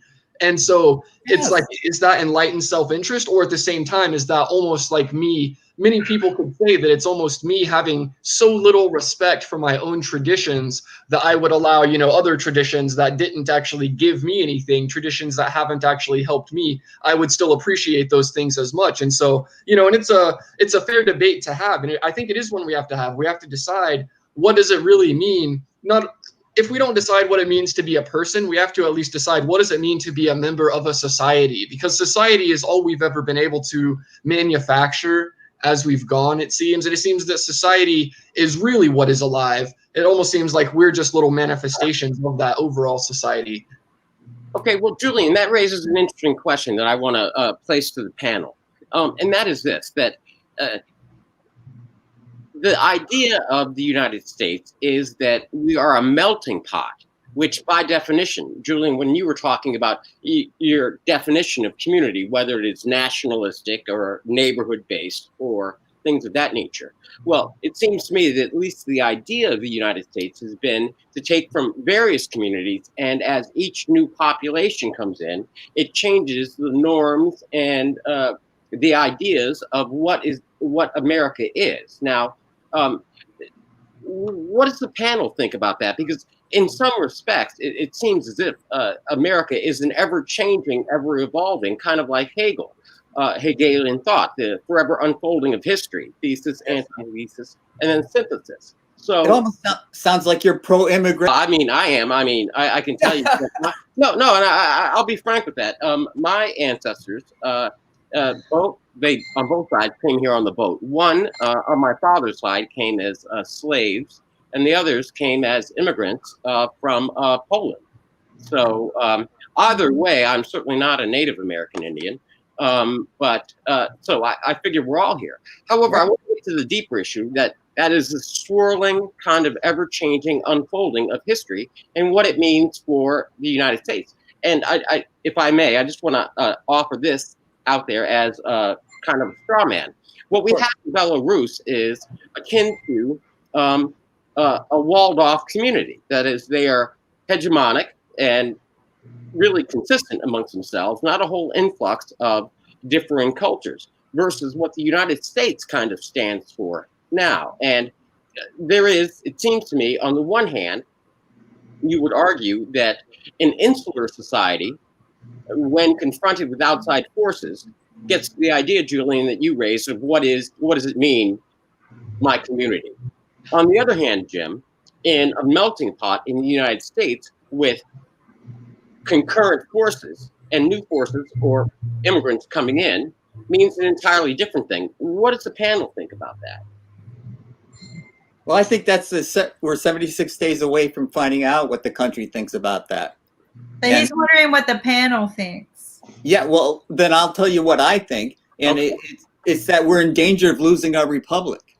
And I believe that all this melting pot thing is in danger, that this nationalism, this, and I will use the word white supremacist again, but this sense of bringing us back to the 50s, as if the 50s were a magical time. This kind of thinking is not applicable to our modern society. Okay. So, go ahead, Julien. Okay, there is something that I want to pull from this, because there is a lot of, nostalgia, and there is a lot of, willfully pulling the wool over our own eyes whenever we look to the past. But there were actual trends of the past that were related to circumstances of the time, where the trends and the circumstances, based on the coupling, that would almost dictate the overall level of happiness of those involved.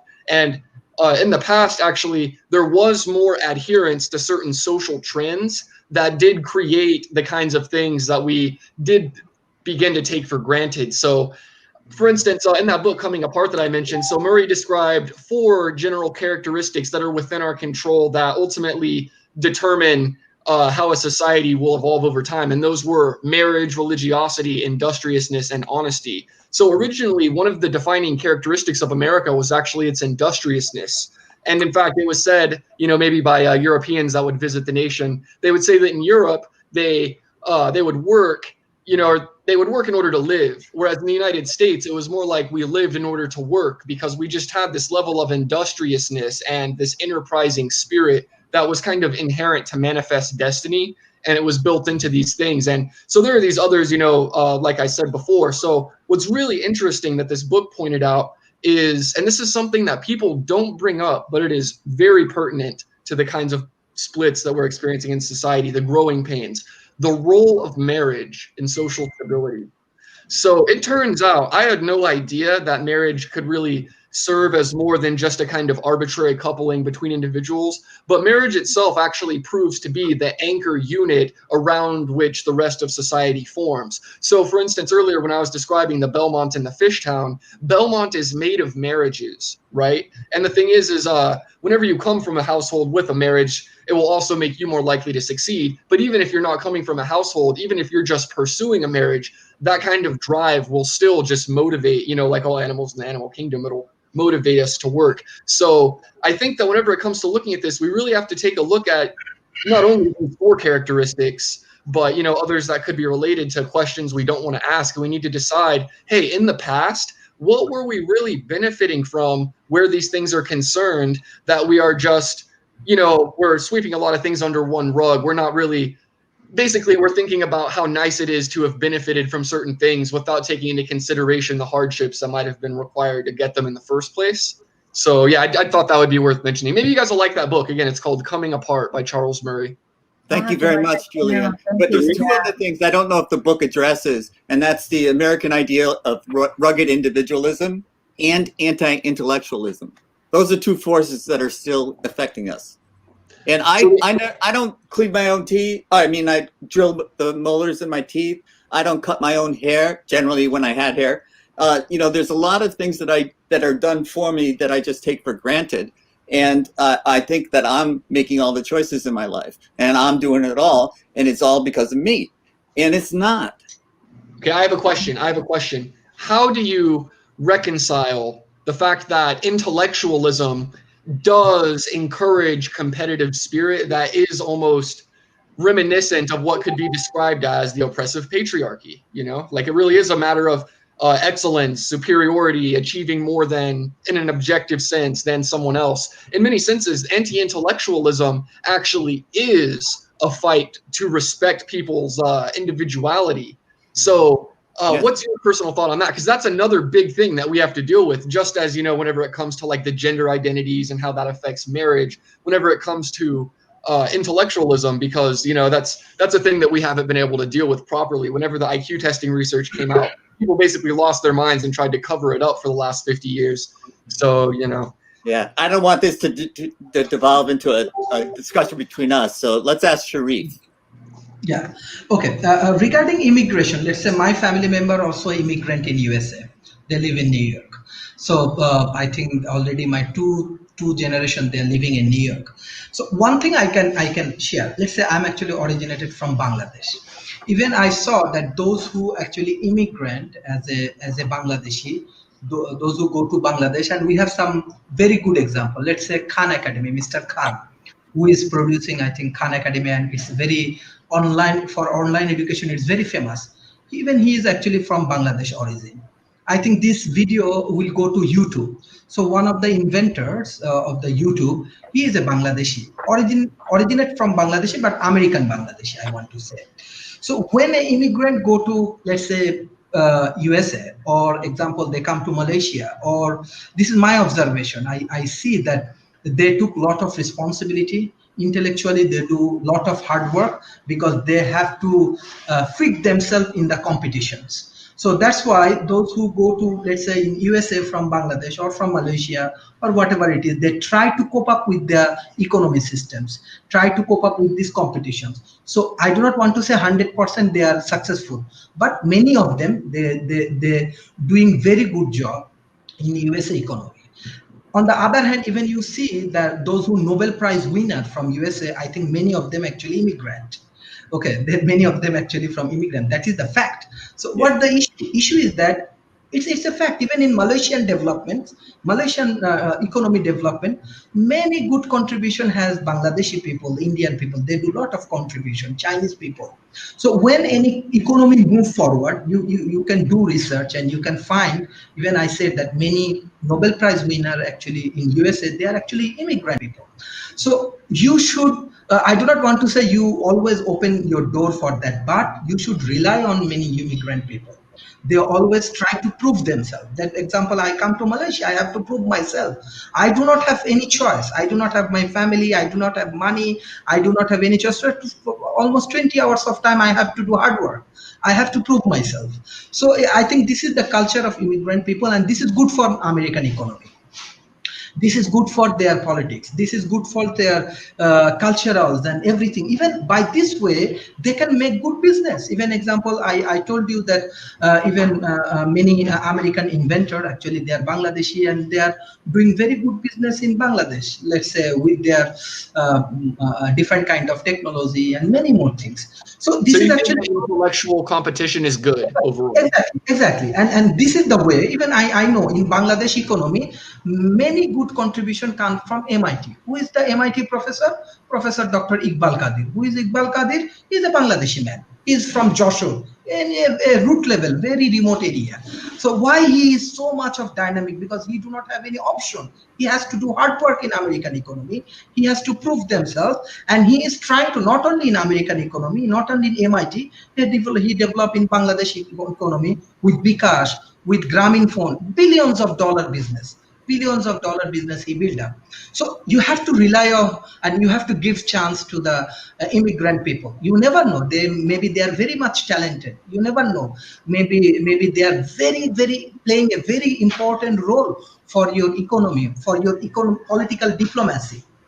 So what you are talking about, these intellectual competitions and other things, this is my honest opinion. When any immigrant go, let's say I come to Malaysia, I do not have any option. I have to do hard work. I have to prove myself. I have to do my best. Maybe Malaysian local people not like that. So this is true. So I think that as a global citizen, we have to create a proper ecosystem. We have to help these immigrants in every aspect. You get lot of. I want to say you get a lot of benefit, and definitely it's a proven that example. Even many Nobel Prize winner actually immigrant. Okay, so what do you think of the fact that a lot of immigration historically was actually vetted by this kind of intellectual drive taken to the extremes? For instance, at Ellis Island, for a long time, they would use IQ tests just as a means of determining whether or not someone could enter. But at the time, they used IQ tests they would be very dependent on maybe English verbal abilities and things like this. So what do you think of this whenever the intellectual spirit can actually get in the way of immigration? Okay, like example, this is important. This is like example, every country can take lot of strategy, lot of test and trial and many more things. This is not a problem. But my objective is very simple. That example, we should rely on the immigrant people. You should give some chance. You should give them some opportunity. Definitely there are some criteria. You need some criteria. You need some method. You need some test and exam. But they have to pass. I do not want to say 100% people is good, but definitely immigrant population also have many talented, and they can serve for your economy. They can serve for your development. This is possible. Gotcha. So you think as long as everybody gets the same chance and they have a fighting chance, that as long as yeah, I completely agree with you. Yes. Sasha? Bill, you see this conversation degenerated into the area that I think your question has been lost. Could you please repeat it? Okay. I began by saying that we have the American experiment, which is influences by various cultures as generated either by immigration, forced or voluntary, over the course of American history. And what the movements meant and the involvement of young people, as the example here in the United States right now, 76 days before the election, and what that, how that differed from the experience that we're now witnessing in Belarusia with an intransient government led by younger people getting involved in politics, seeking to change. And I was wondering how we could reconcile the two within the importance of either civic engagement or things of that nature. Sasha, is that kind of okay? Okay. Okay, it's slightly different what you originally asked, but I'm ready to address your question. Oh, okay. I'm sorry. Well, you can pick out, Sasha. You can pick either one. Oh, okay. I'll make it easier for everybody. First of all, in order to address these issues and many others, you have to rely on something that, if not all of us, but at least most of us will agree as a reference.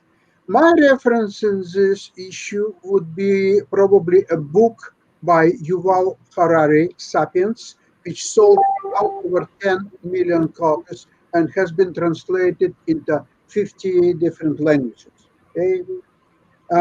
Now, let's address certain things from that book. For example, Homo sapiens rules the world because it is the only animal that can believe in things that exist purely in its own imagination, such as gods, states, money, and human rights. Now, think about something. The European, first of all, of course, English people, but not only, they essentially discovered the world, and then essentially they won all the known world, starting from about 16th century. So until the mid-20th century, it was primarily an English invention of all such states, as I mentioned, as God, states, money, human rights, everything that rules today's world, it's their invention. So all others people who were joining this, sometimes voluntarily, sometimes not so voluntarily, but they did, because that was the only way of life, and they could not do anything else as to join this tribe. Let's put it this way, because as you know, all the history of a humankind is that tribal existence. Each tribe is fighting for a territory, for better food, for women, for everything. It fights with another tribe, and the stronger tribe prevails, and then you can put the weaker tribe into slavery or so on. And it's a human nature, and it's not that much different today that it was 5,000 years ago. There are some differences, but not crucial. The human nature is still the same. Don't forget that 100,000 years ago, there were 6 Homo sapiens groups, and Homo sapiens is just one of them. But it was so stronger that eventually it prevailed, and today we forgot who were the other five human beings. They're extinct. They were all being killed, essentially, by Homo sapiens. So we are all Homo sapiens, and we live by these rules. And even with all the advance of civilization, and that we are now, of course, much better schooled in humanities or so on, but our human nature is still there. Trust me. And what people are saying that, oh, we want to do something for other people and help and all that stuff, I just don't buy it. It's against human nature. Human nature is there. First of all, you have to help yourself. Second, you have to help your family, then your relatives, then your friends, and so on and on and on. It just, whoever idiot says, oh, I want to help people, just get away. Just shut up, because this is against human nature. You have to be able to help yourself, your family, your friends, and so on and on. And when you help all of them, and if you're wealthy enough and strong enough, please do it. Of course, if you're a billionaire and you have so much money, please help as many people as you wish, and it will be great. But don't try to explain something and promote something what goes against human nature. Young people are essentially today in this present economic environment and political environment, they are absolutely hopeless. There is not much hope in young people.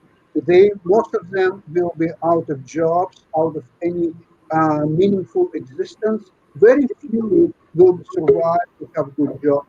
Very few. Let's say probably 10-15%, no more than that. Other people, they will have to learn how to exist, just that. And only maybe some of them will get a lucky lottery ticket or something else will happen. So that's what I'm trying. In Russia, the same thing. It's a homogeneous society, same language, same religion or non-religion or whatever they got there. They have see, every society, if you know history well, it deserves the government that the Ukrainian people, same as Russian people, they got with dictators, whether it's Putin or Lukashenko in Russia. So it didn't happen by accident. It's just a culture and history of this nation led them to always exist under either Tsar or a dictator or something. So the old history now continues in new times. No changes. No changes. And you know what? We've got a few new guests that have joined us. And so I'm going to take a time out.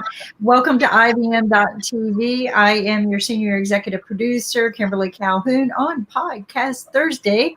But it seems like our big topic of the week is more about what we can do to politically get control of not just the United States, but get back the world to a living quality of life. Next to me, I have Starr, who is definitely a wonderful wealth of information, but also he is the host and producer of Chess Stars, which is a wonderful game, but he also owns chessstars.com, which is a fabulous way to play chess and also when he holds a tournament, it's a lot of fun because you get to make money while you guess the next moves. Saturday 29th. Saturday 29th is our big game. Saturday the 29th, folks. Make sure you are there. Get registered on Chess Stars. But he also, because our network is all about closing that gap between poverty and sustainability with financial literacy. And what we are doing now is inspiring people to not be afraid to invest their money. And Sasha hosts a wonderful investment show on Wednesday afternoons at 1 o'clock. So make sure you're there, especially if you're starting to do some of these practices of saving money. Next to Sasha, we have our resident genius, Julien. He is just the youth. He's our future. Welcome, Julien.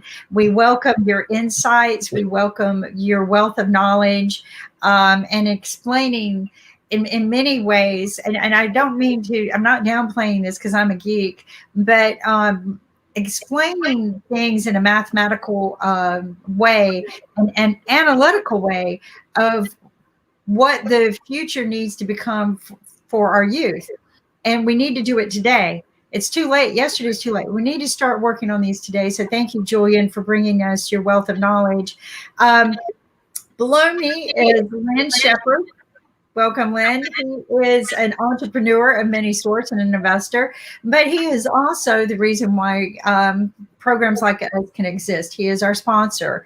And from now until the end of September, they are donating 100% of our agreement to Masters PBS. And it's because of his big heart that we're able to continue doing things like this. But let me tell you guys, the Family Dollar Store, online dollar store, I'd shop there regardless because it is a cost-effective way of buying name brand products or products such as, that I like to use that cost $25 over the counter.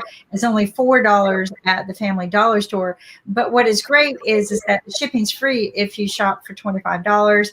And during this time frame, if you register now, you can get $5 token. But we're gonna share more about all of these good things here in a minute. Next to Lynn is we have our new White House, Washington, D.C. correspondent, Bill Tresvant. I'm going to get that right, Bill. I'm not going to be afraid of your name. And the thing that is Bill is fun. He is entertaining. He's a very educated person in this area. But what I like about Bill is he's really just apolitical. Like, he's not going to take one side or the other. We're going to hear the real stories of what's going on out there and the benefits that come from both political parties. But maybe even a third party will rise out of the ashes. But that's what we're about, is bringing you the good news. And Bill is doing this, but also the true news. We need to be aware of what's going on. And then next to Bill is our I'm going to call him our longtime resident of IBM TV, Jim Eade, who is also the author of Chess for Dummies. But Jim is also a producer of his own show on Tuesday afternoons at 1 o'clock called Chess Without Borders. I know. I encourage everyone to definitely read the book. It's sold over 1 million copies. It's got to be great. But Jim is also an entrepreneur. A lot of people don't know this, and he'll join Sasha on the investment shows. But Jim is a resident. He joins a lot of people. He's a wealth of knowledge of many different things. And then we've got Dylan, some nobodies. Yeah, Welcome, Dylan. All of us in Colorado. But yeah, Dylan has got like this amazing, interesting TV show on Sundays. It's a lot of fun, very engaging for people who want to get started and maybe even starting up a business. Just learn how to whiteboard with your significant other business partners. You'll get to see them engage in, oh, let's try this, or I like this, and they'll, vote for things, determine which direction to go. But they're building a TV series or show, right, Dylan? something along those lines. We're just desperately selling ourselves. Don't be so modest. Oh, it's You're fun doing a though. great show. Called Talking Upstream, and it's Sunday afternoons. Thank you for somebody who's controlling the dashboard. 4:30 p.m. Eastern Standard Time, 1:30 p.m. PST, and 2:30 p.m. over in India. But I wanted to share with people that there's a lot of knowledge to be gained by watching all of these.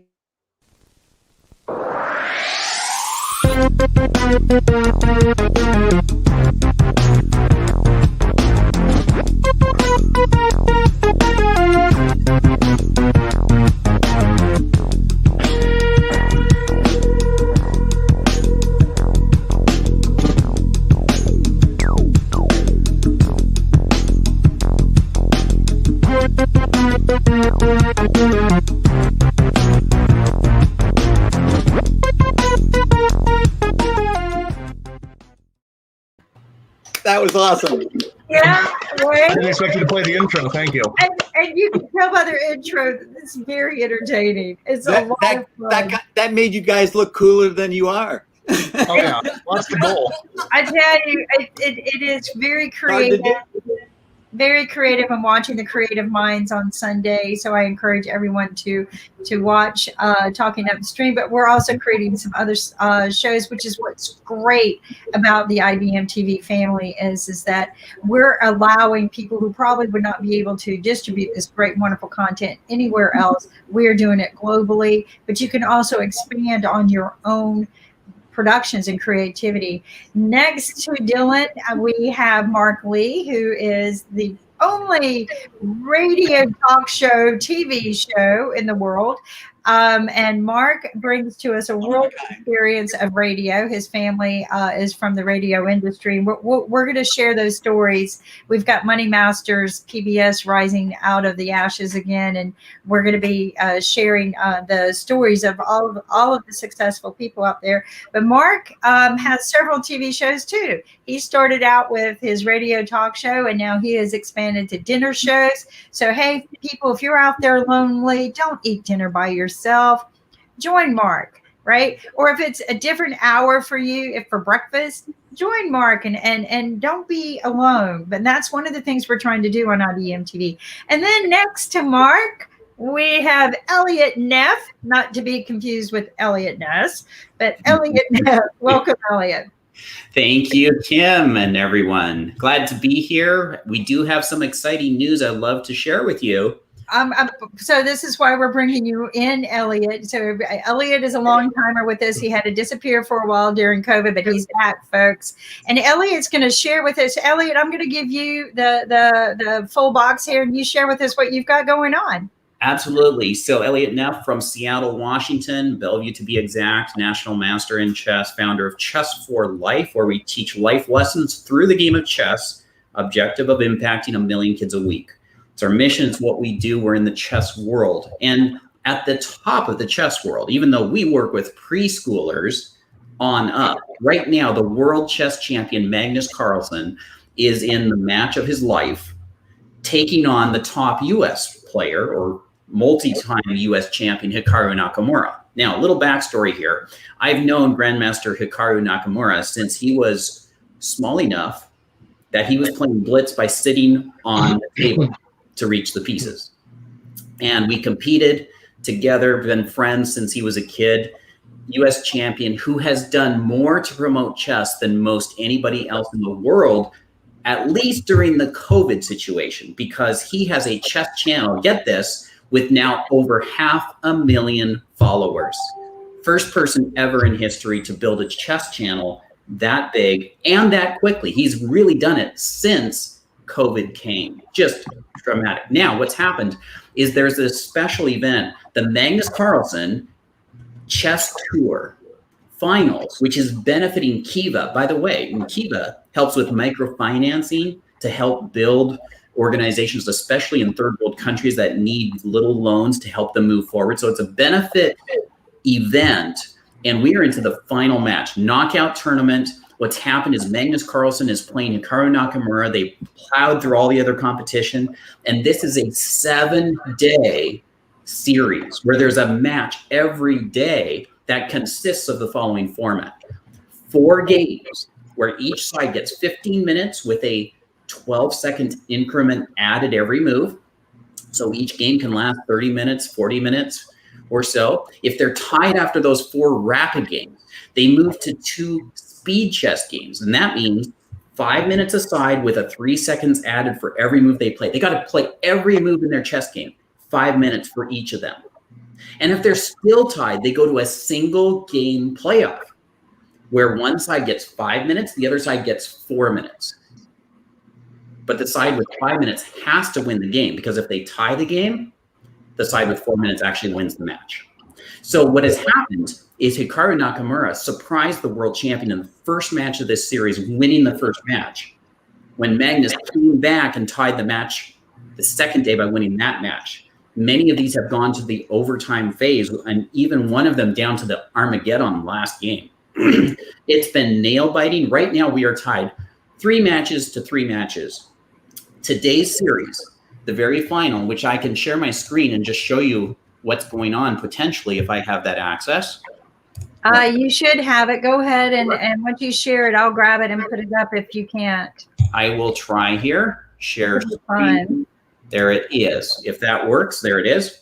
And what we have going on is today, Magnus Carlsen stunned Hikaru by winning that first game, really just won the battle quite easily. The second game ended in a tie just a short time ago. And what you see now is the third game underway. This third game, Hikaru Nakamura is playing the light pieces. He has a slight edge. He is just throwing his pieces down the board, trying to attack that king. He must win either this game, or if it ties, the next game, in order to force it to get to the overtime of the speed chess. And there's a lot on the line here. The winner of today's match will walk home with $140,000 cash prize. The loser takes home $80,000. Now that sounds to me like they're both winners already. I would be happy to be one of them. But that is what's going on. You can see the moves playing on the screen right here on Chess 24. And if I make this screen larger 1 second, there are some famous players who are doing the analysis here. That is Peter Lecco, who's talking at the moment at the bottom, talking about the match. And then Yasser Serouan joins, who is from Seattle, where I'm from, who used to compete at the world level also. So we've got this big battle going on. I wanted to update everyone about it. Pretty exciting news. We will know today who is crowned the champion of the Magnus Carlsen Chess Tour Finals. Notice benefiting Kiva. That is a really cool organization that makes an impact around the world. So chess is up during COVID. It's exciting. It's inspiring. It's great to see what's going on. Wanted to bring that to the audience of IBM TV. Back to you, Kim.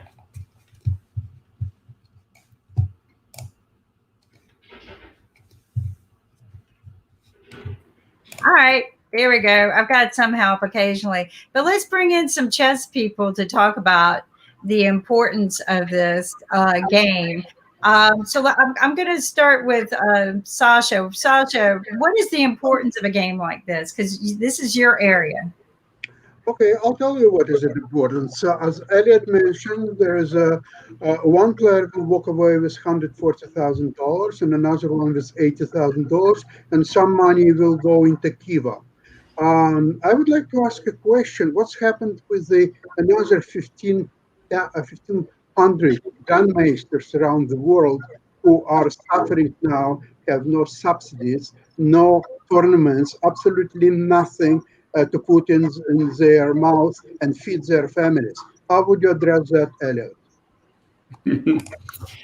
Sasha, great question, right? You're talking now about equity, about not just one or two at the top, but about the many other ones. And I think Jim E could speak much to this with his experience, you know? And so when you're talking about a group of 1,500, I would love to bring Jim E into the conversation, and I certainly have opinions, but I'm also on the younger end. So Jim.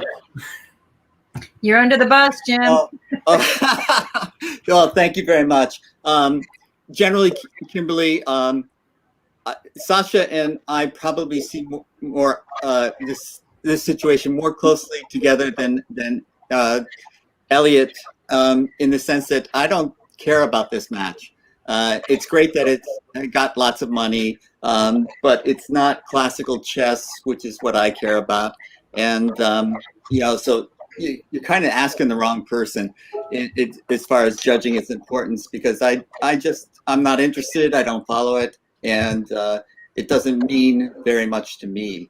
It's great though for that, you know, chess is on the internet and it's growing the game, so that is wonderful. I'm all for that.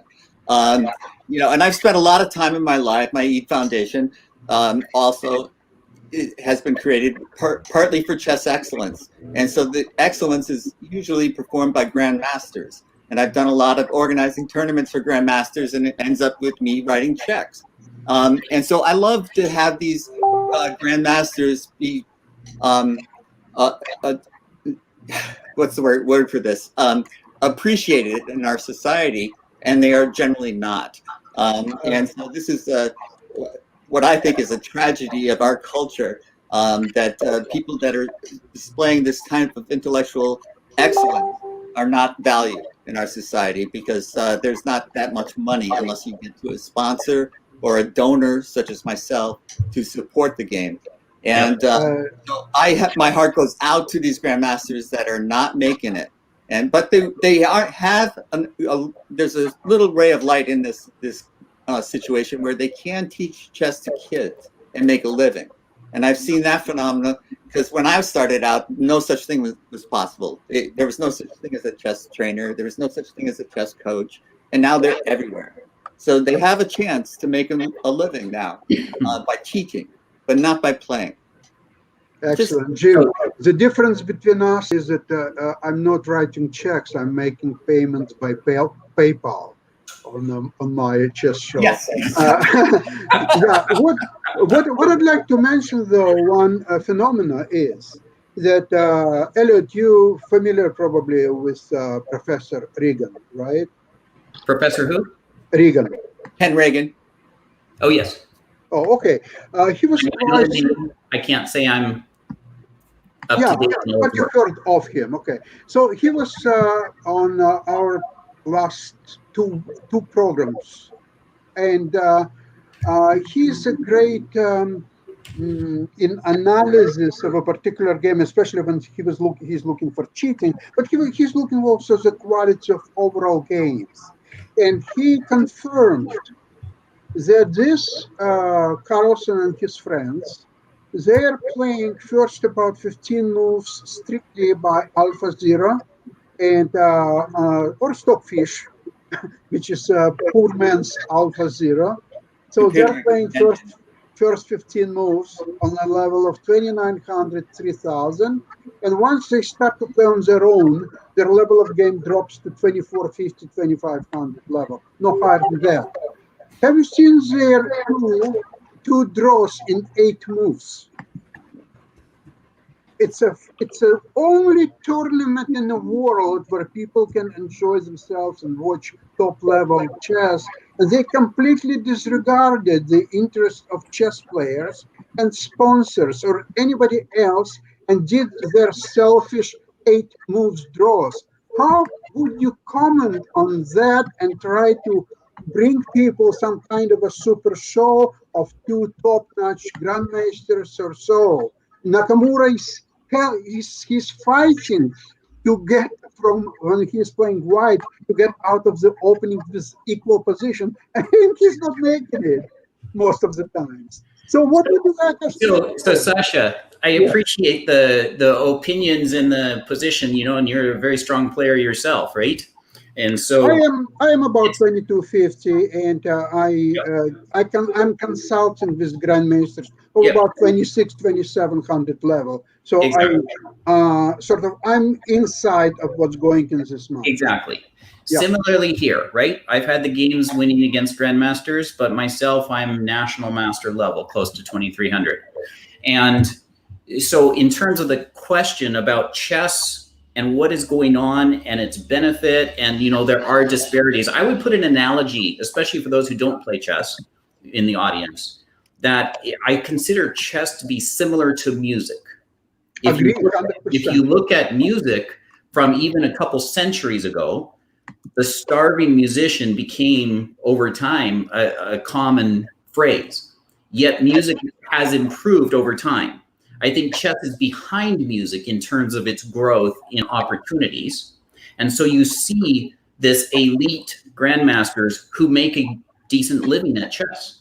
The rest of those top grandmasters have a very hard time making a decent living at chess through playing their sport, so much as if they find their niche in terms of coaching and training and teaching others.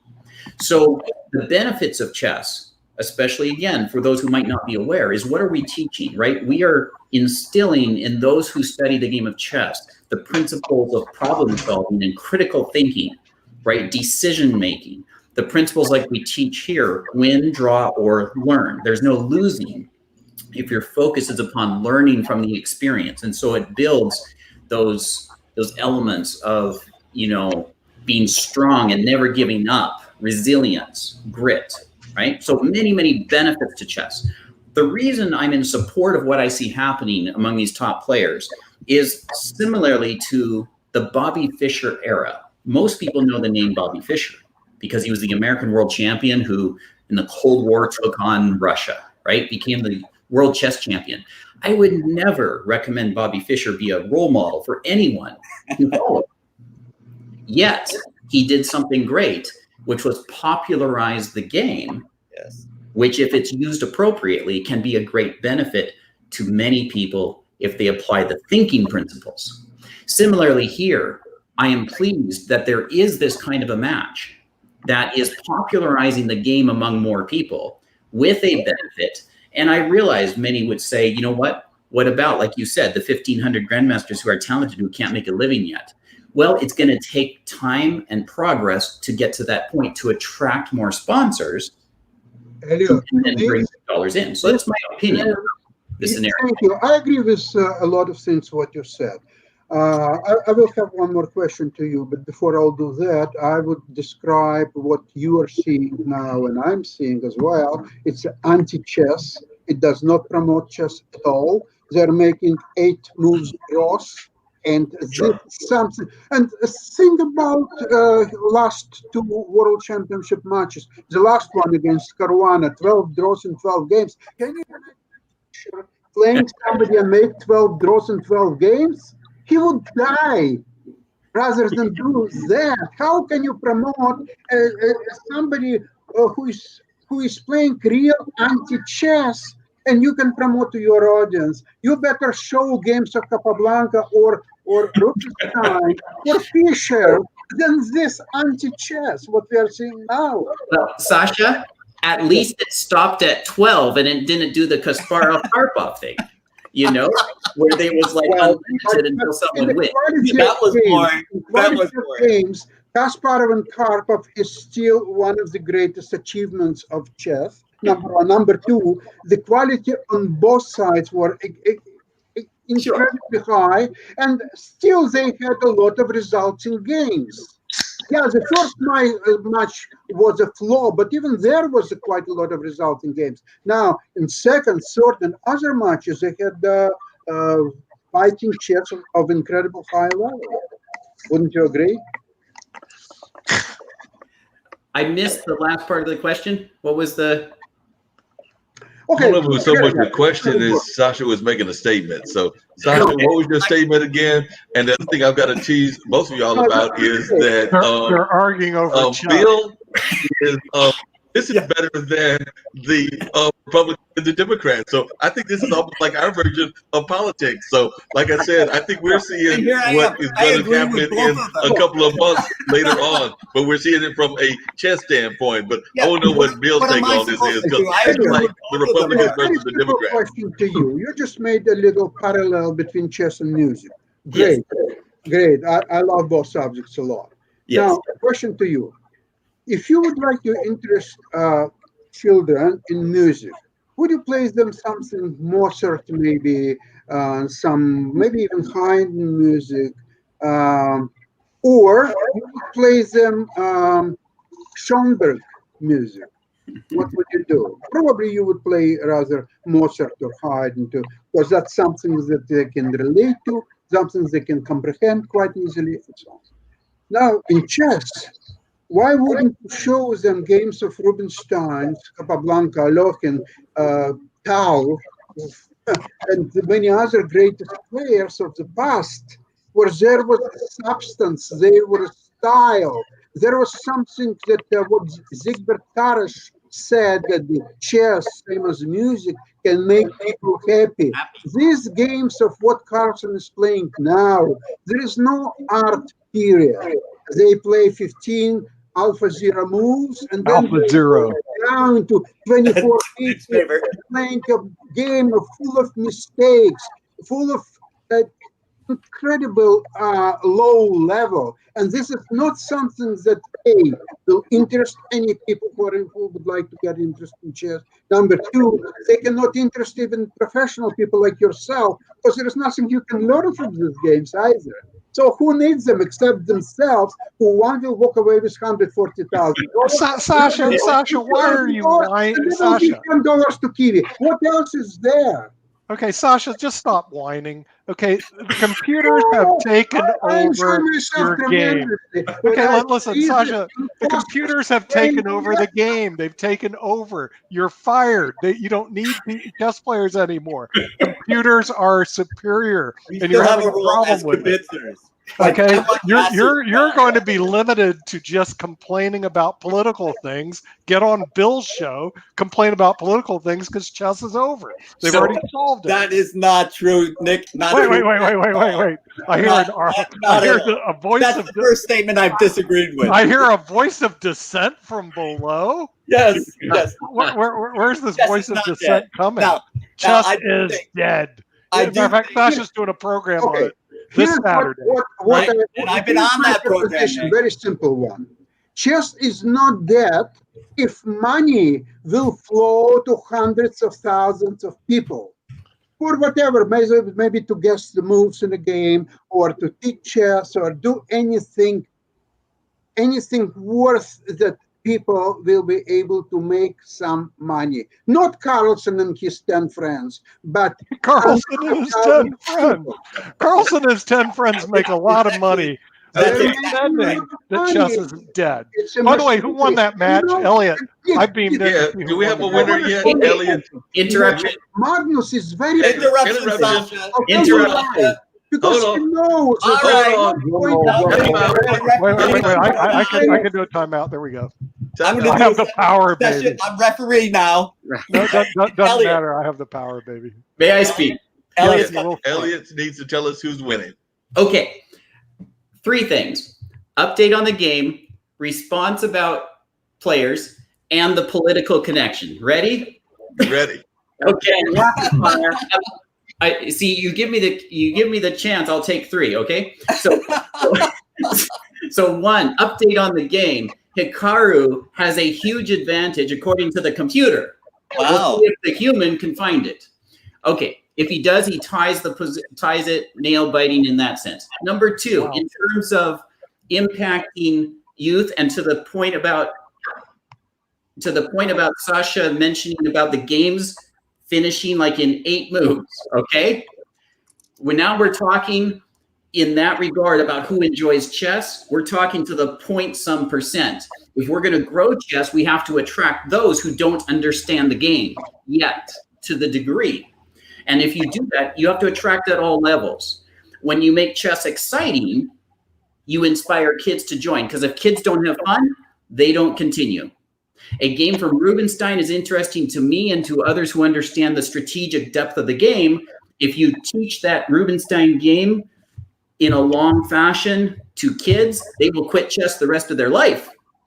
We make chess fun and engaging across the board. And I know it's controversial, but let me finish on this point. It is. I believe that Hikaru Nakamura turning into a streamer, basically switching from chess to a streamer, is promoting the game in big ways.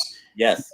It's crazy in many sense, but it's the modern world that we're in where you have to engage them quickly because their attention span is gone. Yes. Right? So quickly. Political connection. And then, Bill, you might want to... That's 3, Elliot. Yes, that is my 3rd, right? I said 3. You had 3. Political connection.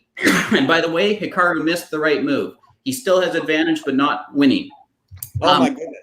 So in the political side, I think the Democrat and Republican debate right now is simply that the Democrats generally play a better strategic game, longer term thinking, whereas I think the Republican side tends to play what we call gambits in chess. Short term, risky. If only we could put them together and work together instead of fight each other on the opposite side of the board, maybe we could bring in the strengths to actually achieve something instead of be fighting. So can I get to something, Bill, real quick before we get to you, Bill? I just was going to mention a thing about the youth and everything, because I had a candidate on yesterday for a very local office, soil and water conservation, Julien Arpin, who's running. She was one of my dinner guests yesterday for the online dinner party. One of the things that she said, it kind of comes back to what Elliot was talking about in terms of like trying to reach the youth and everything, is she's a relatively young candidate. I'm not sure what her age range is. Let's say she's in her 30s. She's got as a political candidate, a TikTok. So she's actually having a TikTok in order to get that youth vote. So she's actually created a whole TikTok because she's got some youth that are helping her in college interns, and from two of our local universities, there might be more involved.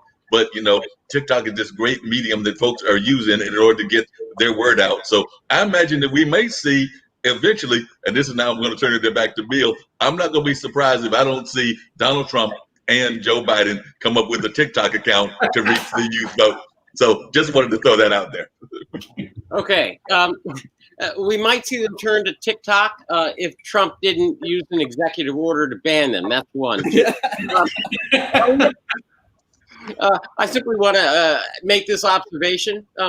It's your kind of holistic thinking that we need in politics, which would drive me out of a job. Now, I would invite you into my arena, but I would prefer you educate the young and pass on useful information. So I see what he's doing. When they get to Congress, I might have something interesting to cover as they Well, to your point, Bill, I was asked to run for state legislature a few years ago, and I seriously considered it.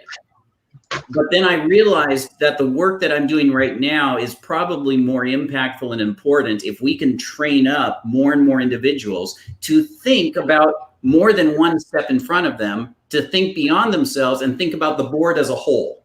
You're absolutely correct about that. I totally agree with you.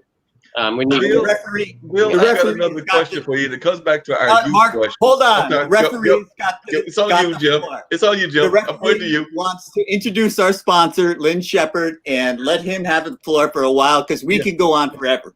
Yeah. All right, Lynn. Lynn. Oh, you're muted, Lynn. You're muted. You muted him. I did. Thank you. He muted himself. I Speak up. appreciate that, and I realize there's a lot of pain in the conversation, and I noticed that Jim is the only one who has recognized the pain and is using the lidocaine pack that we have on the store. And I do appreciate this because I have a short fuse. I have another meeting I'm going to have to go to, but our family is the owner of an online dollar store, which is great because it's online. So you don't have to go out. You don't have to worry about getting COVID. You can stay home. You can save money on the online store and have it delivered right to you. Now, why are we here? We're here because we're sponsoring Money Masters PBS because we love the mission that is reducing the gap between poverty and financial sustainability by providing financial education and financial fitness. And that's important because there are 5 aspects. If Kimberly were here, she would tell us what the 5 are, but I'm going to tell you. Number 1 is save money. And when you can save money, you can do 2 things. You can, 1, invest it, and 2, spend it properly. And so that's 2 and 3. But then you also have money to pay for your taxes and you can pay it forward. But the good news is by shopping on our store, you're accomplishing 2 of those objectives right at the moment. This is hard on Zoom, but I'm going to do it anyway. So 2 of those objectives, and those 2 objectives are saving money and paying forward because you're supporting Money Masters PBS and the mission of Money Masters PBS. So let's talk about the store. We have 4,300 items. Well, we have more than 4,300 items because we want to confuse Mark. He got to 4195 or 4191 or whatever the number was, 4119. Now 4119. 4119, and he ground to a halt. So we knew he had 191 to go. He was No, I'm actually at 4125 now. You'll be glad to know I found 6 more items. Oh, yeah, but we added more than 6 items. So here's the problem. So it's you got to go more than 191 to get there. So any or 181. So you've got to keep going, Mark. Keep going because we're going to do a whole show where you can cover everything. But look, we ship directly to your home for $5. For $25 or more of an order. So you can get face masks. It was interesting. I was watching this morning on one of the shows. They were doing an assessment, Duke University, which is right down there near Nick, Kimberly, and Mark. Yes, Duke, right across the street from me. Duke did a study, and they found that these masks are in the 90% range, basically protected. But a lot of people are wearing what I guess a lot of the kids like to wear, and they're the bandana type masks. Those things are actually negative effective. That's right. And people don't listen. Well, of course, where people are stupid, and some of the people here on the show know that I have a theory that there is no cure for stupidity, but that's beside the point. So people need to wear these masks. They need to wear protective masks because this virus is going to be around a lot longer, which is going to mean that Elliot's going to have a bigger business because people are going to need to do things and they need to learn how to play chess. right? Okay. So, you know, but shop on the dollar store because you're saving money. You're supporting Money Masters PBS. We have a lot of CBD products, which we can have because they're well less than 2% of our total number of products, and actually less than 20%. So there's no banking problem, no buying problem. The only issue we have is that for Sasha and Julien, wear a mask. Yeah, we can't ship. Well, we could ship to Canada, but I know that Sasha, we've had this conversation. Border Patrol isn't going to let the stuff through. Julien knows that because he's so smart.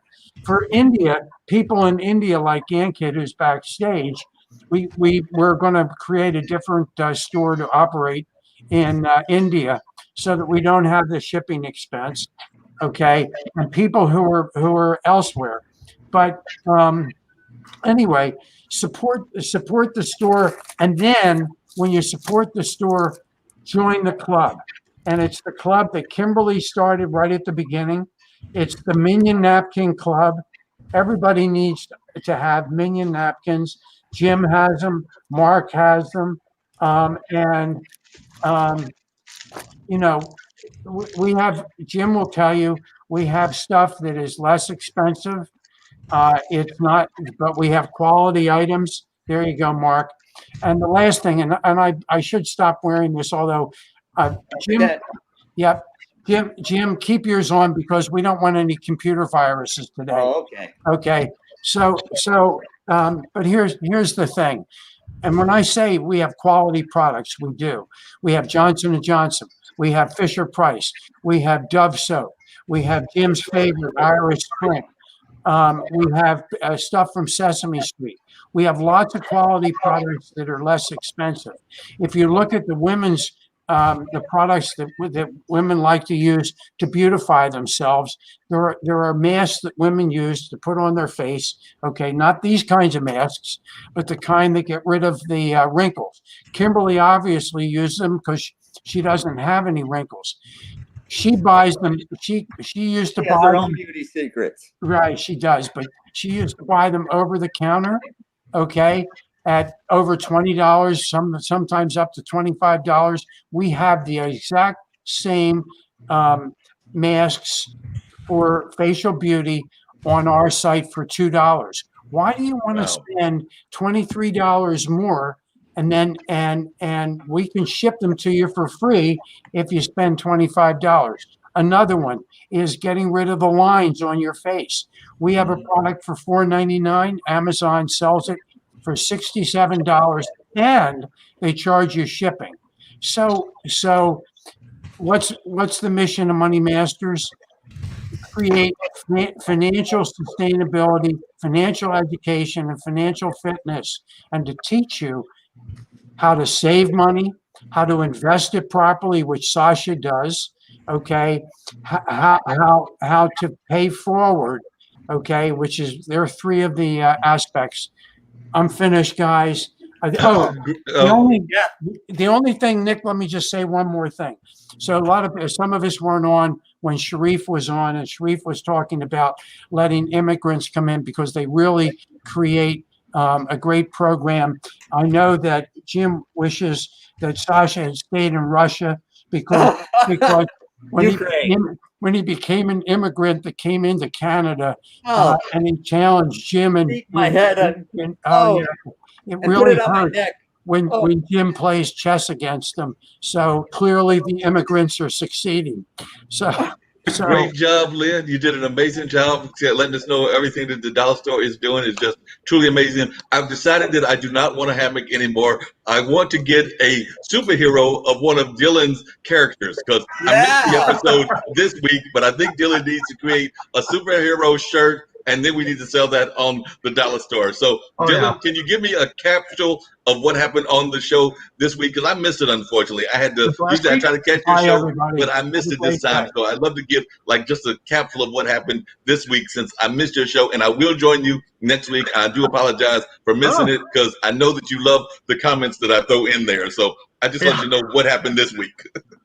So this last week on Talking Upstream, the ideas that we brought, for those that don't know, Talking Upstream, my writing partner and I do a 90-minute writer room where we come with 2 different ideas we haven't developed, and we spend the next 90 minutes coming up with something that we can present or further develop.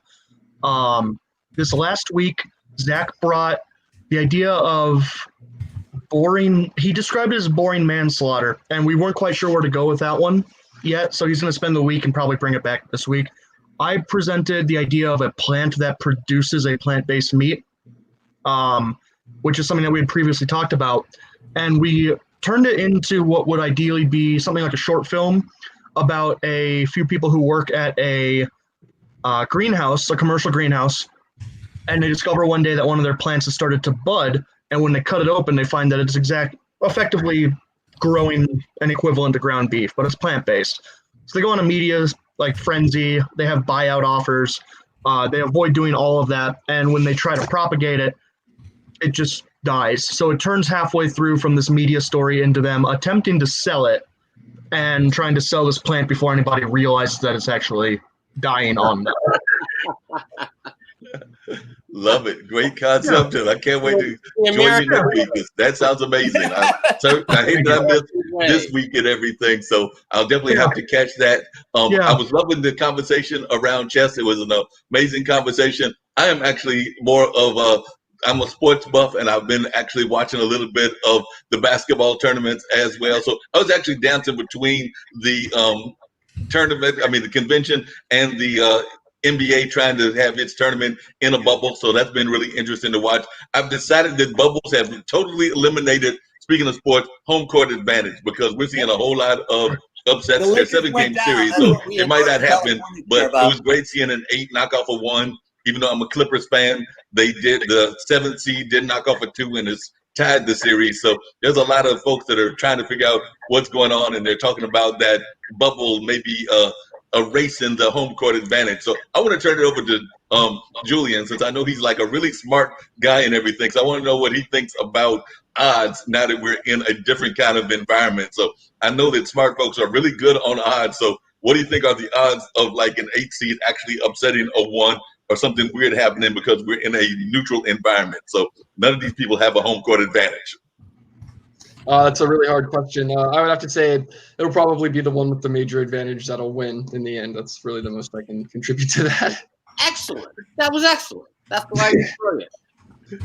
I like the way you put it nice and simply. And they'll probably still go according to the way that we're used to having things happen. But who knows? Maybe we'll get some upsets. I'm a big fan of upsets in sports. So I was actually rooting for the guy that was not the favorite. So just to let y'all know, in the tournament, Elliot, you said that one of them, I believe it was the U.S. one, is not the favorite. So I'm just going for the underdog. So I don't know where we're standing right now, but I like underdog. So is the underdog winning right now, or is he still in the match of his life? The quick update is he just won a fun game, creating a forced mating position where Magnus Carlsen resigned even after Magnus promoted a pawn to queen. Exciting game. They are tied. They're going to the 4th and final of the main part. If they tie this one, they go to the overtime, where they're playing 5-minute speed chess games, and then potentially to the final of final overtimes, the Armageddon it's called, where one side gets 5 minutes, the other side gets 4 minutes, but the person with 5 has to win the game, because a tie game, the match goes to the other person. Elliot, how much is the queen worth if you lose your king? It is why we say the king is priceless. Yes, definitely. And speaking of prices, I now want to turn it back to Bill on a question, because I was having a conversation with my mom. She was actually doing some work at home. So we were talking before I jumped on the call, and she was saying that my brother felt that AOC was short drifted in terms of only getting a minute or a minute and a half. So I know a number of folks are wondering about that. I was wondering what your take was as to whether she was short drifted. I do know she went on Twitter and said that it was a decision that was made in the way that they do conventions, and that she had to do the nomination for Bernie and things of that nature. But there are some folks that are more on the far left side that are thinking that she was short drifted. I was just wondering what your take was on that. Well, to take essentially the concept promoted by Elliot, and that is there has to be a balancing and you have to be strategic. And right now the Democrats really want to win this election. And so what they don't want to do is they don't want to potentially scare off any independent or middle of the road votes, and they don't want to give the Republicans a target to turn into a scary person for the rest of America. So, much to the chagrin of the progressive wing of the Democratic Party, AOC was given a prominent role. She put Bernie Sanders' name in the nomination, solidifying and giving the progressive wing an acknowledgement. However, the convention so far has been an attempt to balance what the Democratic Party has been trying to do with a longer-term view on 76 days. Unlike 76 trombones in the Big Three.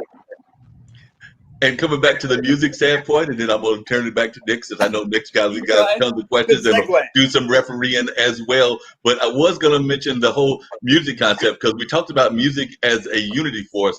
And one of my guests on the dinner party, in addition to Jillian Riley, was Ken Knox. Many of you may not know the name Ken Knox, but when I say the name of the group that he is part of, I know that many of the older folks in this audience will know him. I would even argue that some of the young folks will know him. Ken Knox is the keeper of the flame for chairman of the board. So chairman of the board, for those of you that love beach music, that is who Ken Knox is. Yep. And he talked about the fact of music being a unifying force. So he was talking about that no matter what goes on, we oftentimes music to be that great unifying force around the world. So that's one of his things that he talks about, was whether it's their song, and of course they're known for the song Carolina Girl and a number of other great songs, that music just has this force to kind of do what IBM.TV does, which is unify us on a global force and a global nature and everything. So Jim, I need you to go back and check out the back edition of the online dinner party, because we did put on some music by Ken Knox, and I know that you'll be grooving to those sounds when you see it. I put on two of the numbers. I'm sorry I missed it. I had to take my wife to the doctor, couldn't show up. But, you know, it was, all of your shows have been fascinating. So I'll keep trying. Good. I'm sure you'll enjoy it and everything. Nick, I'm tossing it back to you. I've just had some things that I was going to say, and I think I covered quite a bit of it. I might jump in later on, but I'm tossing it back to you. Thanks, Mark. Your microphone, Nick. All right, he's tossing it back to you, Bill. No, actually, what we're going to do is we're going to bring in Brandon, because Brandon is the only one other than Nick, and Nick is having issues. So, Brandon, what's going on? What's happening in your part of the world? Brandon. Unmute. It's going to bring in Brandon. Can you hear me? Okay, now we can hear you. I want to introduce Brandon and tell us about his TV show on IBM TV. Brandon has arrived. Talk to us, Brandon. Hello. I'm excited. I think we're about ready to actually start airing shows. I think maybe this week or next week. I'm working with Ankit on scheduling. We've everything written out and made, and we'll be live hopefully weekly here on Tuesday, coming up really regularly, really soon. Yeah. I'm well, I can remember, and this is to you, Nick, and everything. But Brandon, you didn't say what the show is. If I remember correctly, it's a travel show. I know what show are we talking about? I guess I should mark it a little better. Where she would like to go. So when I talked to my soil and water conservation person, I asked where she would like to go in terms of like whenever we open up in the world because of COVID. And she said that I think she had been to Denmark. She wanted to go to the classical European places like Paris and London and a number of other places. But she did say that she's hoping to get back on the travel circuit. So talk to us about how travel is going. Are you seeing any opening up in travel? Because I do know your show is a travel show. Shot. It's a good. I guess you're already a better marketer than I am. It's called Travel with Brandon. We're going to talk about travel tips, hacks. How to find cheap travel. We're going to talk about the visa situation and the pick to navigate travel, and then kind of the new that will exist after the coronavirus pandemic starts to just hopefully in the next year or so. So we're going to talk a lot about that, but we're also going to talk about some of the classic travel tips and hacks, how to find cheap flights, tips about cities, scams to avoid. So things, the classic Paris Eiffel Tower scams that people want to sell you things or pickpocket you. So we'll talk a little bit about that as well. But travel is interesting. it's gonna be very, very different. We're starting to see now places like this kind of classic European start to have a second wave. They really managed, I think, the first wave of the pandemic and got things kind of down control, so they're able to reopen, and now we're starting to see it spike again. So, I think domestic is going to be where it's going to be the next probably year or two. People want to get out and travel, but there'll be a lot of complications, I think, with going to others and a lot of uncertainty. So I think we're going to see a lot of people opting for a trip with, Disney World, trip to the Redwoods, trip to Vegas, like domestically first, or you see the kind of international travel circuit booming. So that's another kind of fun part we get to talk about. My two areas of expertise in travel are European travel and domestic travel. So it'll be fun to kind of talk about those things.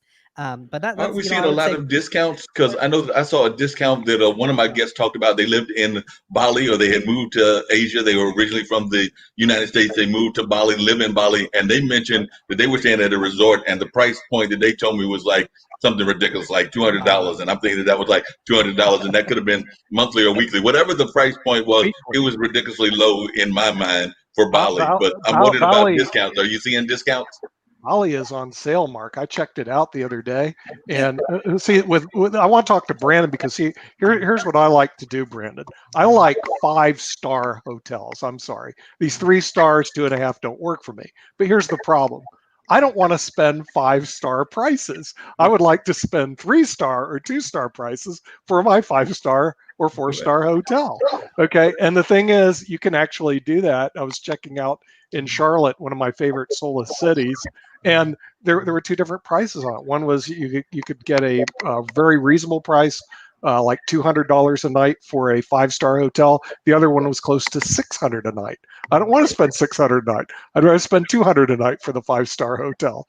Are you going to be able to discuss things like that for the non-budget traveler, or budget conscious? But oh yeah, well I would call that budget still. Just because you want to stay at a nicer hotel, you still want to do it on a budget. So we'll only be hitting on topics, for both hotels and airlines, about kind of navigate that field, where to find some of those deals. So you're definitely seeing a lot of discounts. Places that were, especially like Bali, that were big tourism places, relied a lot on Chinese tourists and Asian tourists to pop down, and Australian tourists. All those countries that went on lockdown really hard, really early, are trying to lure people back. We're actually seeing some European countries.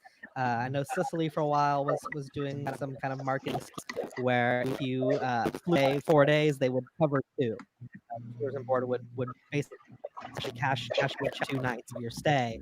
And I think you're going to see a lot of that for the kind of brief window when the pandemic starts to let borders open up and people are not quite traveling again.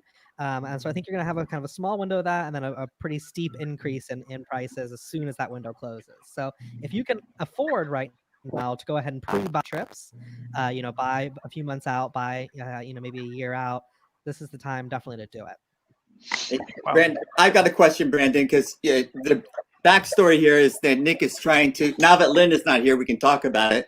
But the backstory is that we're trying to negotiate for IBM TV quarterly getaways. And Nick has been doing some research on the best hotels and the best places.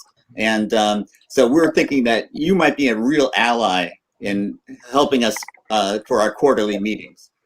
Yes, getting us 5-star hotels at 2-star prices. Group a great way to do that. Getting group sales, especially business travel. If you have 20, 30 people, and you can say, hey, let's work out a deal with this hotel chain. We'll buy X amount of room nights a year. The hotel chain will very, very, very likely give you not only steep discounts, but now that tourism has been hit so hard, probably even steeper. I've seen some presidential suites go for as low as $1 a night for travelers who have large groups, because they want the group organizers and the people who will be able to book a return to really have a good stay. So I think we could totally find that would be for that. Yeah, that's a great idea. Negotiate room nights is how we do chess tournaments too. And I want to take over the Palace and India. It's called Samoti Palace. Maybe you can help us. I'm not. Why are you laughing? This is what I want to do. I'm not kidding. This is what he wants to do. I'm not only kidding. the countries that'll let us in, though. That's true. That's true. But I want to take over Samoti Palace. We've seen pictures of it. I'll bring it up before for IBM TV. They actually filmed Beecham Place there. It was a BBC production, and it's a beautiful place. I'll try to bring it up so you can see what it is. I think we've shown it before. No, Downton Abbey. Well, it's the Downton Abbey of India. Okay. It's called Samoti Palace. It's right south of where Ankit lives. Beautiful place in India, so we can have our meetings there. So, Brandon, are you a type of guy who'll call Samoti Palace and try and negotiate the rates? Because I saw the rates as low as $100 a night. Now they're around $250 a night. Well, I don't want to spend $250 a night. I want $100 a night for that 5-star hotel. Do you do negotiations for things like that? Come on, Brandon. Help us. Come on, Brandon. You're aiming high for your first trip to be. I think I know what you're about. And that's a lofty first trip to organize. So kudos to you for shooting for that. That's not my first radio. It's just the first radio. This is the first rodeo with IBM TV. Yeah, I mean, but we have a secret weapon. We have Bill that can negotiate with the folks from India through his DC connections. So I think between Bill and Brandon, we can have the double Bs that can pull this off for us. So I'm thinking that's going to be our tag team that can help us put it together and everything. And by the way, Bill, I've got to give you a shout out for something else as well. I learned yesterday that you and I believe Katal are fellow July birthday people, because I learned yesterday that you're July 15th, he's July 7th, I'm July 1. So just wanted to let you know that the July Club is in the house. July Club is in the house. I'm still looking for my next vacation. I vacation every week, So I did my vacation. I just got back from the mountains. I was in the beach. Now I'm looking for my next vacation. I vacation every bloody week. So Brandon, you got to help me out here, because I'm looking for my next vacation, and I'm limited to the United States of America. I just checked. Nick is a good manager. He knows how to delegate, so he can go on vacation. Yeah, I can go vacation. You got it. That's the whole name of the game. So I was looking at Hawaii. Hawaii's not so bad right now. I can go 482 round trip, so not so bad. But we're in the United States. If we're stuck here in the United States, maybe we'll bring our friends from Canada over. I don't know. Justin, can you get back to the United States, or are you stuck there? Justin, are you stuck? Julien, I'm sorry, Julien. Yeah, I knew you were referring to me. I was just. I was sitting there going like, why can't I see his name? Besides the fact I'm blind. Julien, are you stuck? Yeah. So because I have an apartment here, I'm pretty sure I would be able to get my way across the border whenever I returned. But there is a bit of contention, and I'm currently also trying to get like my permanent residency card. And part of my reasoning is that once I get that, it'll be even easier to cross the border. So I can cross the border, but there would be a bit of, I guess, resistance along the way. In other words, it'd be a problem going back, Julien, right? Right. It would just take more time than it normally should, I guess you could say. COVID-19 is causing a lot of troubles, especially for Julien is considered an alien on either side of the border. So that's true. But let's just have a meeting where Dylan is. Let's just have a meeting where Dylan is. I think Dylan's home would be a great place for a meeting. So Dylan, what you got in your neck of the woods that's available? Any 5-star hotel? Get there. Come on over to Boulder. It's nice and smoggy. Oh, yeah, we got a lot of haze from all these fires going on in the state. Us too. Yeah. Well, we need a good location somewhere in the United States or Canada. We can't go to Canada. See, this is really causing problems, Brandon. Where can us Americans go that we're welcomed? I hear they're building walls in Mexico. We can't go there.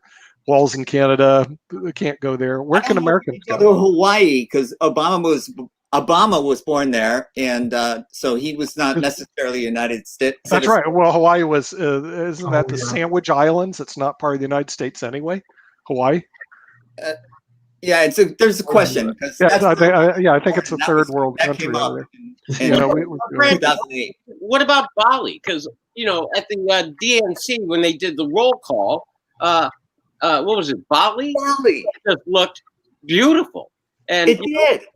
So I thought that was the Northern Marianas Island. Okay, Bali. Are Brandon? Can we go to Bali? I'd go to Bali. I've been thinking about Bali for the last few days, so it would be appropriate. Can we get in? I'm thinking about these days for U.S. citizens, very easy to obtain visa to go to Belarus. So that should be I just got back from Russia. 3 days, actually. Well, okay. You know what? IBM TV can have a meeting in Russia. I'll buy everybody one-way tickets because we know we're not coming back. Yeah, we can go to Chernobyl. We'll have Birthplace of tech. Chernobyl. Is Chernobyl on sale? Is it on sale? Can we get 5-star hotels? Deep discounts. Well, I mean, if you want to go someplace where there was a disaster, didn't we just have that big oil fire in Texas? I'm thinking that part of Texas has got to be for sale because they just had that big oil fire. So there's got to be like some things around Houston that might be for sale now, right? As well. Well, my question is, can we go to Bali? Is that possible? Or is it impossible? I don't think It's it is. territory, right? So last time I checked was probably in April because that was when I was had my Sure. original trip booked for Bali. But time they weren't allowing. All right, I know everything, so I'll find out. Yeah, see, the Google knows everything. Now, if we can't go to Bali because Indonesia won't let us in, can we buy Indonesia like we're buying Greenland? Okay, or can I just buy Greenland and we'll just have our IBM? Probably good. Well, we would rename Greenland if we bought it. Okay, wait. But wait a minute, I'm trying to figure this out. I just Buy saw something Greenland, from Julien. do we This get is the? important. This is important. This came from Julien. It says Bali's going to reopen 9/11 in honor of some anniversary there or something like that. According to travel, An anniversary here too. Okay. Yeah. June 17th, will reopen international tourism for the island. Okay, so on 9/11 we can travel. By the way, 9/11 is a great travel date. You get great discounts. Right? Speaking of, this article was released yesterday on August 19th, and that's also my birthday. Oh, really? Okay, so happy happy birthday. Yeah, Happy so birthday. Julian's no longer younger. Happy He's getting up birthday, there. man! You're 1 year older.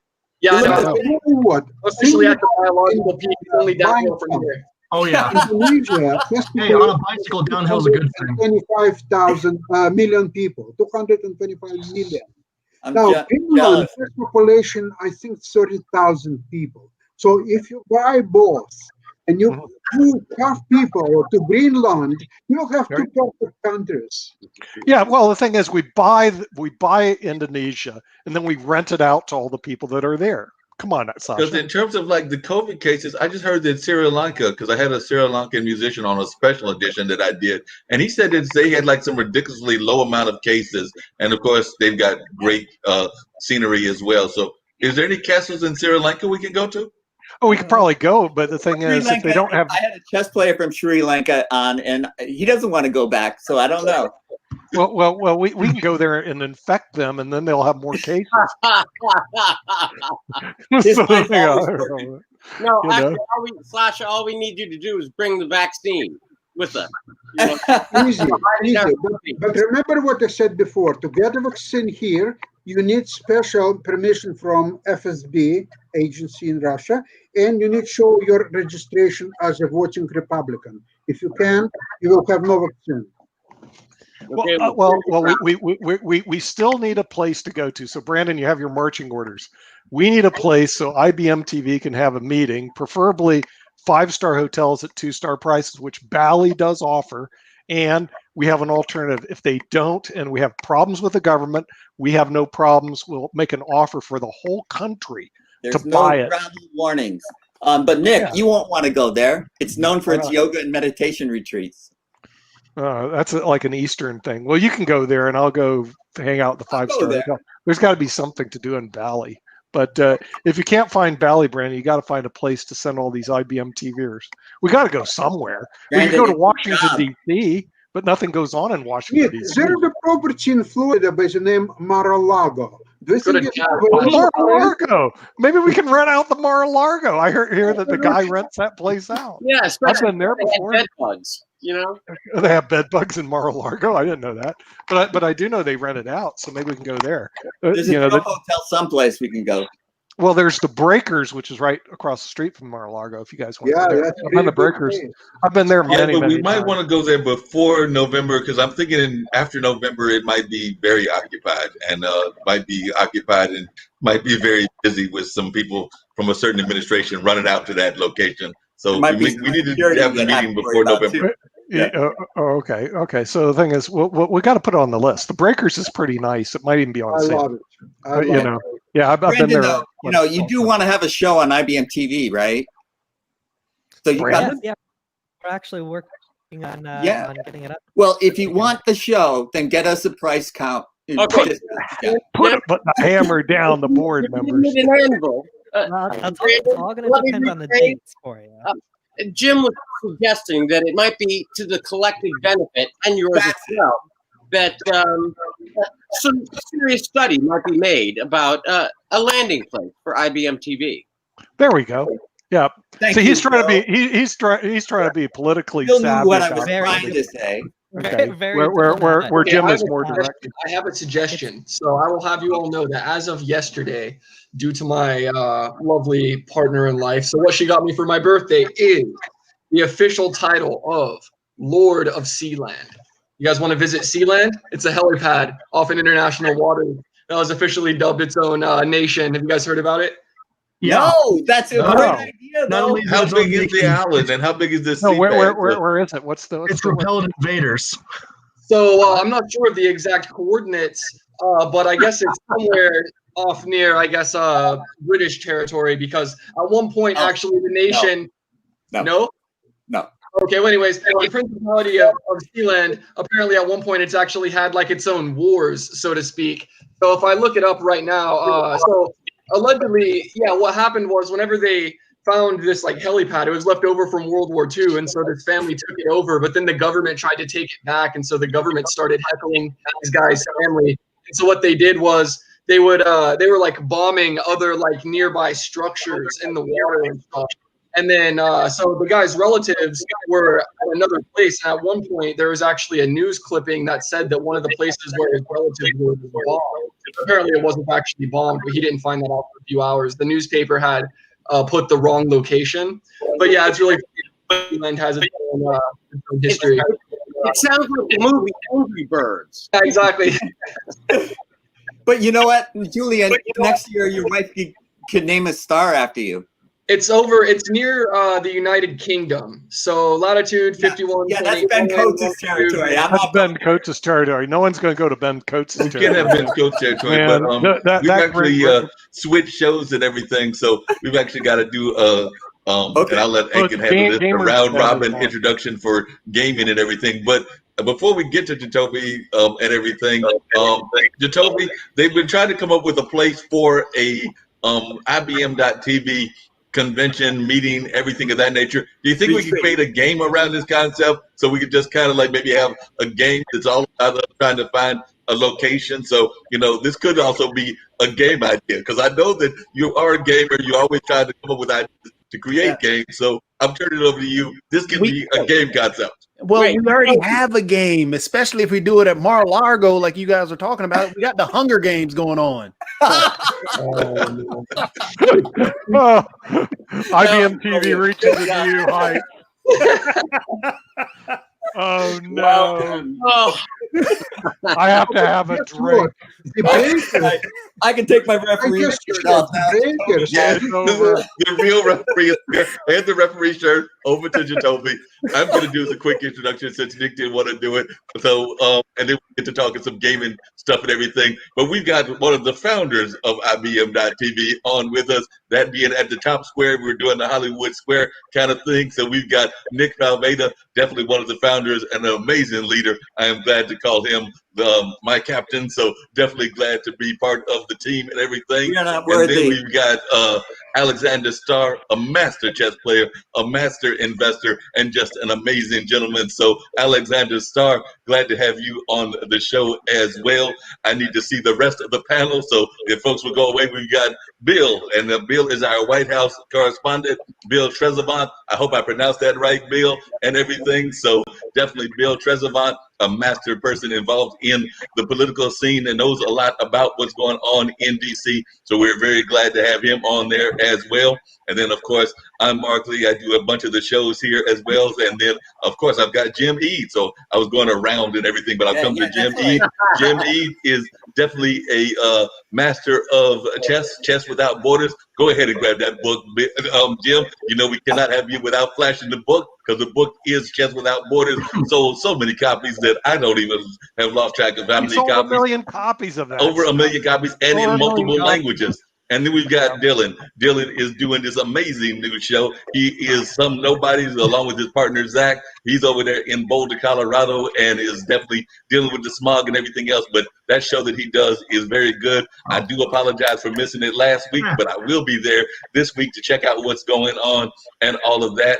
Like I said, I'm Mark Lee. I've been doing shows here for a number of years with IBM.TV. Started off with the radio. Well, actually started off on Podcasters Thursdays when Nick brought me in, and then they gave me the radio show with Mark Lee. We've expanded to 2 other shows, and then we've got a person that is just, I'm just admire folks that got all that kind of intelligence and all of that. So we've got Julien with us. Julien is a young entrepreneur as well as a just super smart guy. I don't know how he's put up with us because most of us do not have his kind of intelligence, but he's doing a great job of putting up with it. And then we've got Brandon on here. Brandon is about to start a travel show with us, but is definitely a travel expert. So we're glad to have Brandon Stewart with us.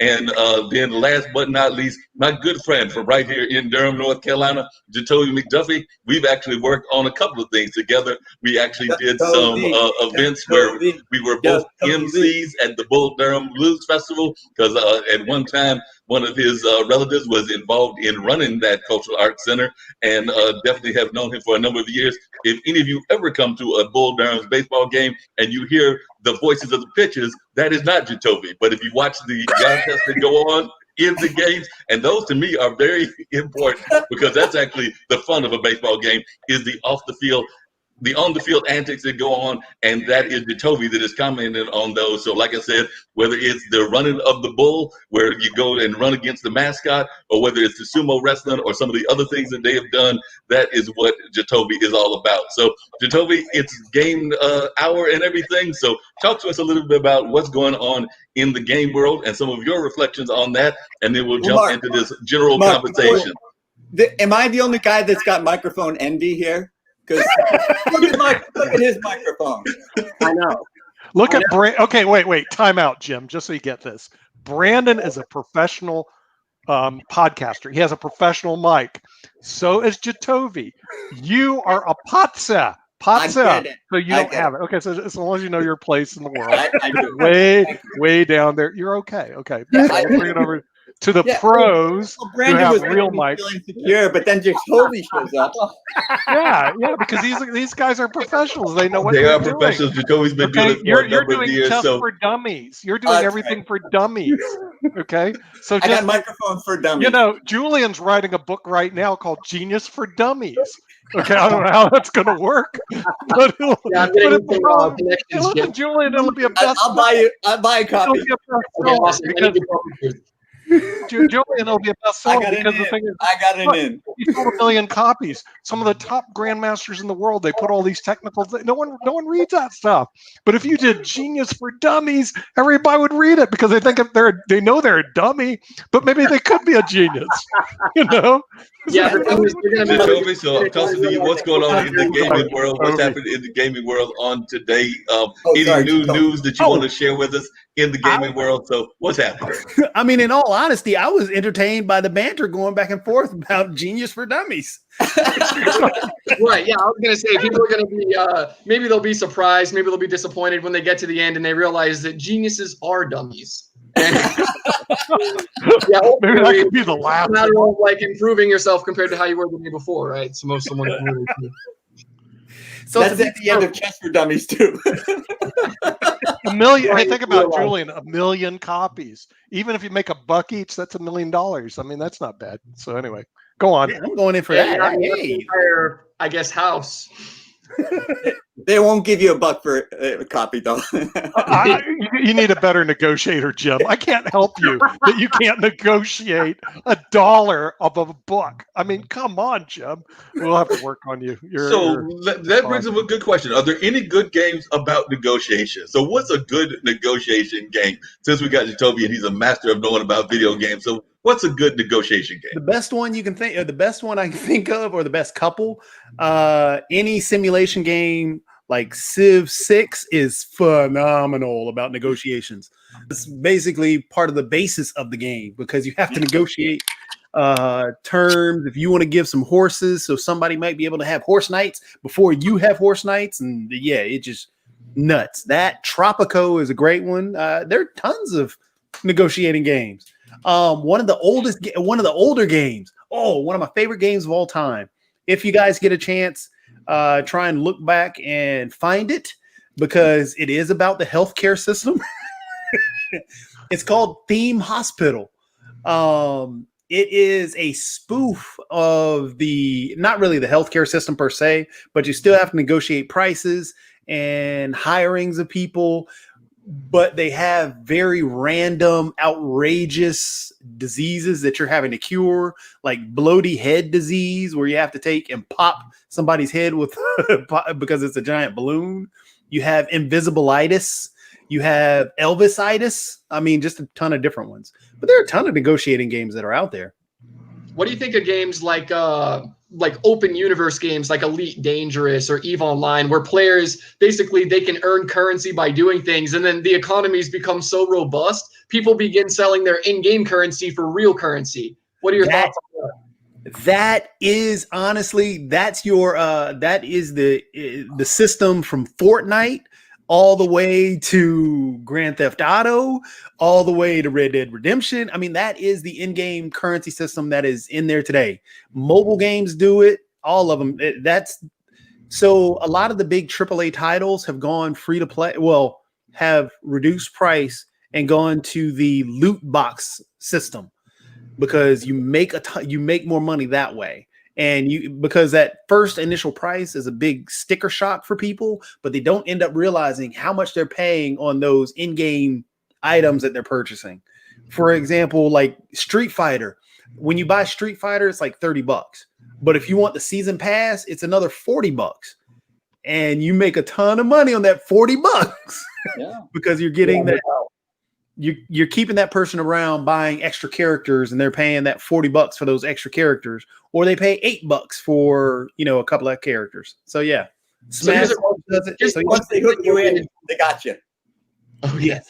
So here's a question related to like the EVE Online type of economy. So how is it that these games can generate revenue while still enabling the players to basically acquire their own wealth by being so good? Like, what is it that those players who basically, there are people who can just create their own careers just by playing these games and by being in-game merchants and, like Elite Dangerous and these other universal games. How do they benefit the game companies themselves where that's even allowed to take place? Great question.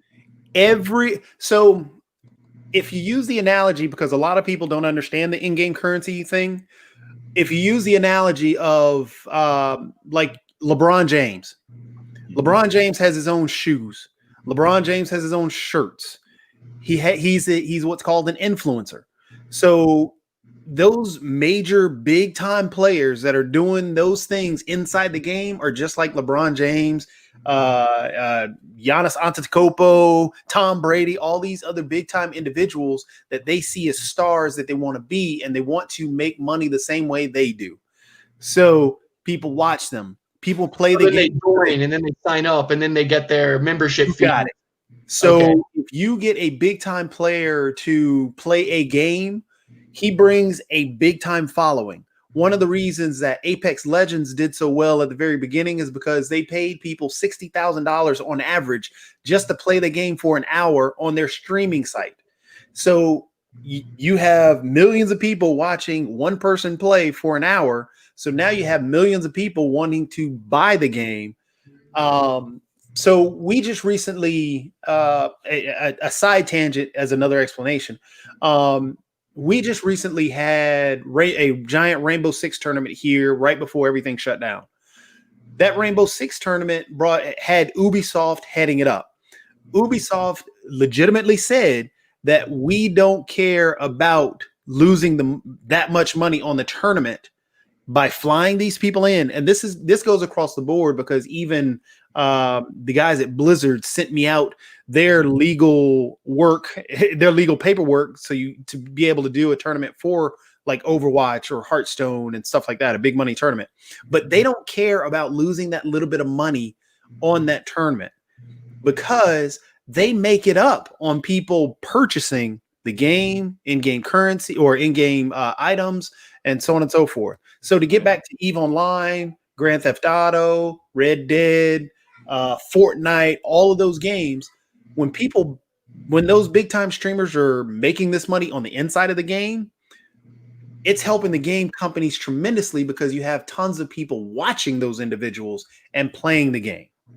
So yeah. Jacoby, well, this is kind of coming back to what even Julie was talking about and everything.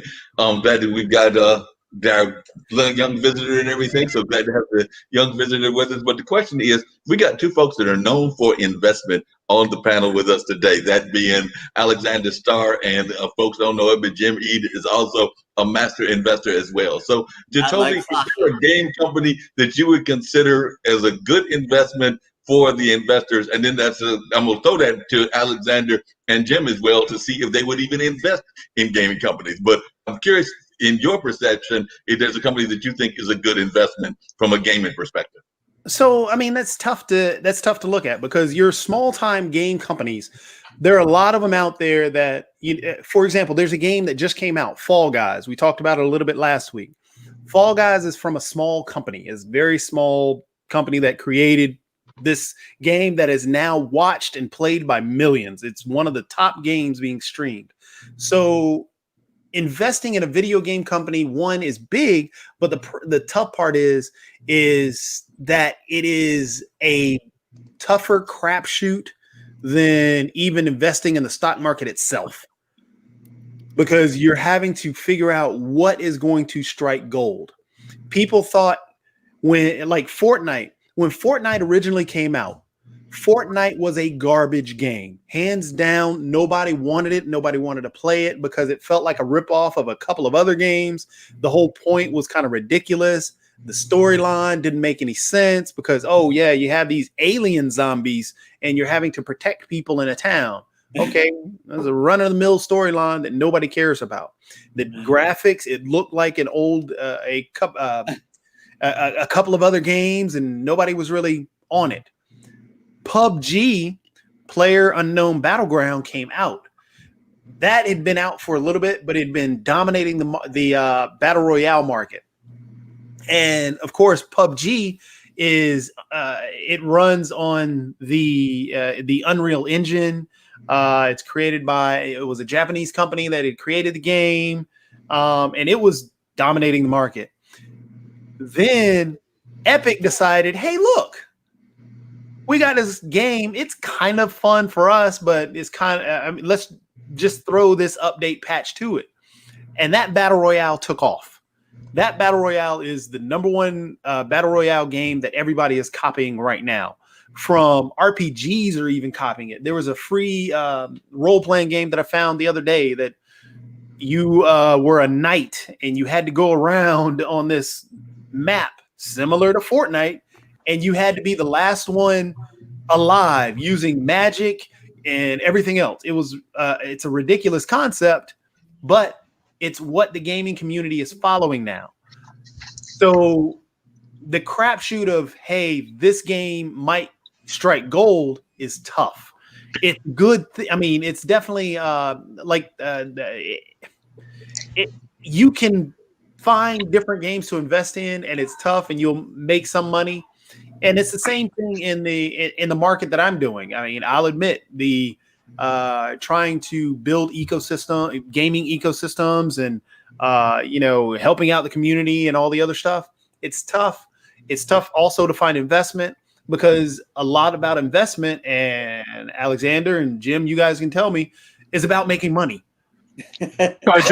Toby, let me add to this one, okay, about Epic Games owns Fortnite, because it just recently hit the news here in North Carolina. It's actually out of Cary, North Carolina, and the person who founded it, I think his name's Sweeney or something like that. The company was revalued at this number.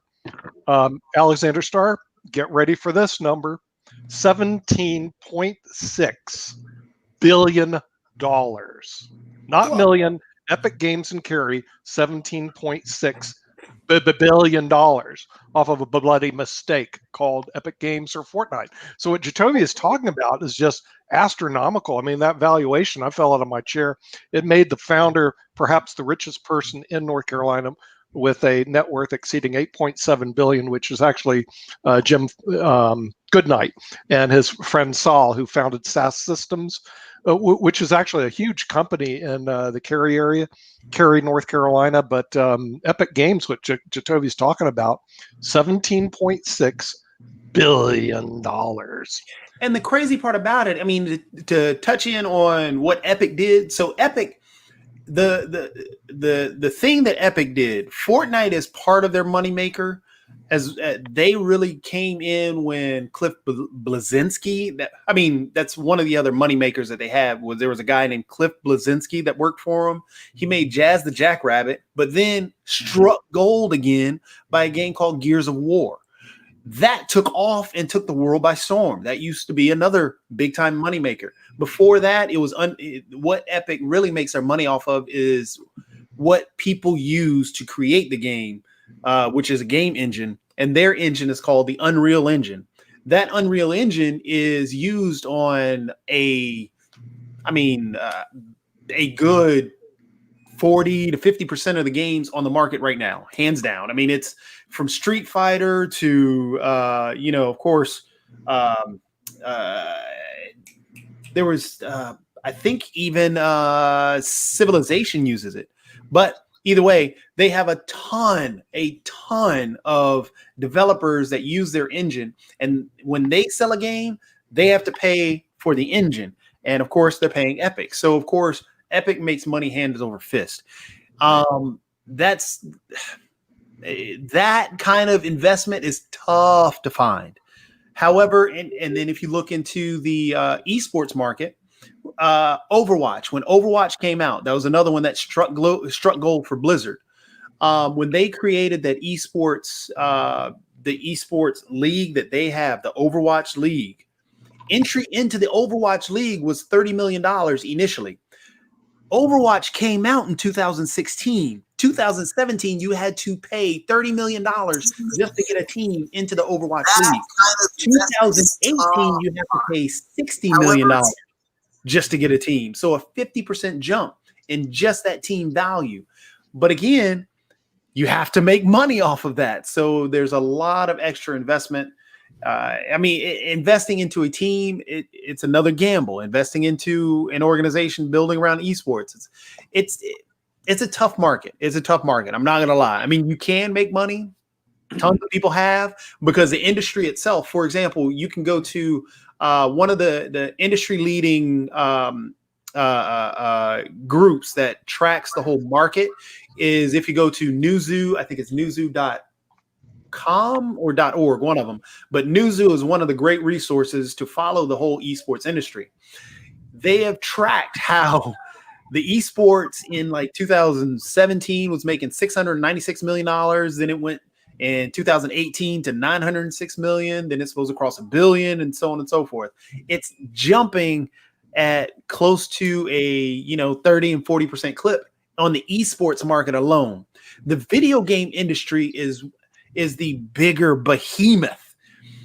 That and I should check the numbers, so I don't want to misquote it, but that alone, that industry, of course, is bigger than the music and movie industry combined. But that industry itself hit 160 billion plus in terms of money coming in. So it's with esports being 1 billion, and that's only a small sliver of it.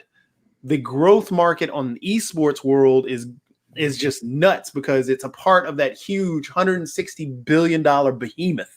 So, wow, Jim, it looks like you had a question and everything. I will just say that I did check the, Google is a wonderful tool, and I did check Google. For those that are interested, it is newzoo.com. So I'm not in charge of the dashboard, but if somebody wants to add that to the dashboard, it's newzoo.com. So that is how folks can know about the game insights and things of that nature in terms of financial knowledge. And I'm turning it over to you, Jim, and maybe Alexander wants to say whether he wants to invest as well. But I did see your hand raised, Jim. Thank you, Mark. And welcome, Jeff. We'll get to you in a minute, because right now it's all about me. And and my question was, I'll tell you a little bit about myself. Most of you guys know that I'm a little odd, but I quit playing Civilization 4 because I was just playing it in an insane amount of time. And so I downloaded Civilization 6, but I've been afraid to play it because I don't want to get sucked into that. My question is to Julien. You look like you've been playing all these games. How do you avoid get the time sink? Yeah, so it's a really good question. And again, it kind of depends on what you're trying to get out of the game, right? So you have to decide that beforehand, because if you're just trying to kill time, the time sink could actually be what you're looking for. If what you're trying to do is to exercise, your faculties that have to do with bartering and this strategic planning and things involved like that with Civilization 6, then, of course, you don't want to miss your, arranged dinner meetings and whatnot. So you don't want to let the civilization run over that. But otherwise, spending time doing something that is potentially beneficial isn't necessarily good or bad. It just depends on what you're getting out of it, what you want to get out of it. If it gets out of control, that's really the only point that it becomes, I think, detrimental. If you're at a point where you're like, okay, I know that I want something else out of it, but for some reason I'm not able to get that out of it, but I keep trying the same thing, maybe that'll be problematic. So with those things in mind, I generally don't get too caught up nowadays. Whenever I was younger, I would, I guess, sink a lot more time away into video games. But nowadays, I try to only focus on the ones that give me this kind of immediate gratification, so to speak. So in some senses, it can keep me from engaging in the games that have more, in-depth storylines to offer and things like that. So lately, I've just been playing things more along the lines of Tetris, or I've actually been replaying Skyrim VR, even though I've played Skyrim so many times. But the fact that it's in virtual reality now, it's completely new. And so whenever I go into that game, so the thing with virtual reality, at this point in time, it can slightly make you nauseous. So whenever I'm playing the game, I usually don't even get to sink as much time into it as I would really like to, because I'll just have to step away. But that's not the case with Tetris. With Tetris, even though it's a three-dimensional universe, you're just looking into this rectangle, so it doesn't give you motion sickness because you don't have to, your brain isn't mapping all the movement. But yeah, it just depends on, what you're trying to get out of it. But I want to carry this over based on this idea. I want to ask Jatovi. So what we were describing before with game mechanics that take off, right? So for instance, right now, the battle royale mechanic. And there are other things that have started to, I guess, come to the fore recently, such as the idea of mining resources and building things. What is it you think that makes a game mechanic so revolutionary that it sticks and then all the other games start copying it? And I know that technology will limit it in some senses. And then also, do you have any examples of any game mechanics that were just, maybe they were even good but they failed, or maybe they were just such terrible game mechanics that, they shouldn't have even tried? But what are your thoughts on that? What makes a good and a bad mechanic? It's all opinion based. That's the tough part. For example, for me, one of my favorite games is Cooking Mama. You cook. It's the same thing I do in the kitchen. It's something that you can relate to. It's something simple. The game that's taking the world by storm right now, the Fall Guys. All that is you're just, everybody's watched the shows on TV where you're crossing the obstacle course. What is it? Ninja Warrior and all these other shows. The Fall Guys is a goofy version of that. All you're doing is taking a character from point A to point B, and you're having to dodge obstacles. It could be you're jumping across a platform that's moving and you look silly doing it, but you can laugh at yourself, and it's self-deprecating. So you don't feel you're not upset at it or feeling sad by it. You're relating to it and laughing and feeling that euphoric feeling that you're talking about, where you feel that self-gratification. Yes, I'm having fun. It's not worrying about it. It goes to the same thing that Jim is afraid of playing Civ 6, but Civ 6 has that euphoric feeling when you're sitting there and you finally gotten to a point where you have created robots. It is so addictive, but it's so much fun. It's a joy. So in terms of game mechanics, it's all based around personal opinion, but the ones that have taken off, I guess they would have to be the ones that are most relatable. Like Fortnite took off because it has the building. Everybody was already comfortable with third and first person shooters. So it was pretty easy in that way. The storyline nobody cared about, because in a battle royale system, it's not a story. There's no storyline there. However, you want to be the last person there. It's a simple concept. If I could just jump in real quickly, sometimes the game mechanics just seem to be like really quick, and then they get in there and then they just disappear. I'm about to date myself, Jacoby and everything, but I remember some 15, 20 years ago when everybody was having this real great knowledge of Wii games, and everybody was really into Wii games, and you don't even hear people talking about Wii games anymore. But that seemed to be a mechanic that just totally went away, and it kind of even comes back to Julian's point about virtual reality, because to me that was an early version of virtual reality. Even before that, you gotta, I mean, you weren't dating yourself with the Wii. The Wii is not that old. But if you go back to, you had the Power Glove from Nintendo. That was huge. And that was more virtual reality-esque because it took into account the whole idea behind Tron, where you're controlling stuff that way. So, I mean, it's tough to say, hey, this mechanic, and this goes into the investment idea. It's tough to say, okay, well, I've got a game that you just push A and B, and that's all you need. It may take off, it may not. There are games where all you do is hit either a jump or a push button. Hence, you got Fall Guys. The only thing you do is run, grab, push, or run, grab, or jump. That's it. What do you think, Bill? And Bill's got a question. Yeah, I wanted to see who our new guest was, Jeff, and see what you thought. Oh, Jeff, you're on mute. Yeah, Jeff's on mute, and are you on mute, Jeff? There's Jeff. I'm here. Okay. By the way, Bill, I don't know. I'm like. I'll just get ready to introduce you, Jeff. Jeff is the guy that does our Weed Wednesday show, and definitely is trying to get more and more of our inmates that have been involved with nonviolent kind of crimes released from those kind of jail situations and things of that nature. So he is definitely a great advocate over there in the West Coast area. So that is who Jeff Eachin is. And so he is definitely a part of the IBM.TV family, and is glad to have Jeff on here as well. So just wanted to do a proper introduction for you, Jeff. So go ahead, ask your question or make your comments. Okay, well, I'm blessed to be here again in this conversation. I was involved with this conversation last week, and I'm the Kamala Harris of the party. I'm new.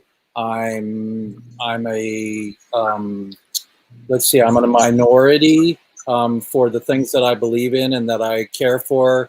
I'm a raw vegan. I haven't cooked my food in 17 years. I'm 62 years old, and I believe in that the ethics of gaming is very, very, very important to talk about, to get our faces, our heads, and our fingers out of our own pockets about the numbers, the billions of dollars, the millions of dollars. Oh, this game made that, this game made that. Oh, because what happens is that we copycat each other and we race to get the next fast car game to the public to see how many minutes it'll take to sell out. And you never sell out. It's a digital freaking game. But the bottom line is my experience with gaming is at 2 a.m. in Santa Fe, New Mexico, 2 years ago while I was at festival in Santa Fe. I went to raid the icebox, and the young child who wasn't young anymore, but he was addicted, was caught in a menu loop at 2 a.m. And I couldn't photograph him or anything, but my mind did. And I said, you can go to sleep now. You need to relax and to get out of there. And he was stuck in a loop on a menu, and he had been playing for about 8 hours. The next day, he was in his father's music studio doing this beautiful song and poem and on tape. So he was capable of expressing himself, and the games don't, bring you down. But when you're stuck in a loop and you're super addicted, it does take you away from what I claim as being less forest time. being out in the garden, trying to heal the planet from non-organic soil. We're dealing with issues with pandemic, with conspiracy. We're dealing with all these issues that are not being addressed, and by us being taken away and taking our children away with the next best video game, because the industry is huge and it's been huge forever. I played Miss Pac-Man. I loved it, but I was in there for 2 hours, and then all my quarters were gone, and I went home, and my mind wasn't focused on the solution of love, harmony, joy, kindness, and what do you think of chess? So there I am. I'm talking about the violence of it all and the absurdity of the addiction. I think the addiction is the most important thing to deal with. So Julien, I think, just asked you a legitimate question, Jeff. He was wondering what you thought of the game of chess in terms of its skill sets and what it does and everything. Chess is also a very it is a very important game on the planet, because it teaches us to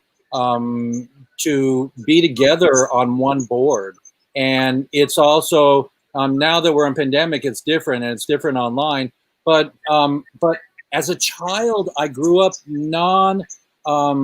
competitive. I didn't understand competition. I wasn't really strong. I ran like the wind, and I did the 50 in 4.9 or something like that. And the day that my Mexican boss, Tony, told me, he said, next time you're going to be beat up by two Latinos, use your power, run like the wind, Jeffrey. And so I was always I didn't understand competition. And so I was a wrestler, and that was me against another person. And I played baseball. That was the only team sport I ever played. And so I grew up not having an addictive personality or playing to win. I wanted everybody to. They actually based a movie on Jeff's life. It's called Forrest Gump, in case you haven't seen it before. Okay, so run, Forrest, run. And I don't think the game industry is stupid. I don't think the gaming industry is stupid. I think the gaming industry is definitely, we should have a Forrest Gump game. Let's walk across the planet. We just don't know. There is one. You said you told me there is a Forrest Gump game? Yeah, there are a bunch of games that are about walking. They all came out because there's a game called Death Stranding that was created by a guy who made the games Metal Gear Solid. He created his own, I forget his name. It's on the top of my tongue and I always mispronounce it. But he is one of the top developers in the world, top sought after developers in the world. And he created the game called Death Stranding. Death Stranding, you're basically a mailman. For lack of a better analogy, that's the way the game plays. You go to one place, pick up a package, and you're running back to the other place. And you stack all these boxes on your back, and you're actually walking across different terrains. There's an addiction quality to all of this.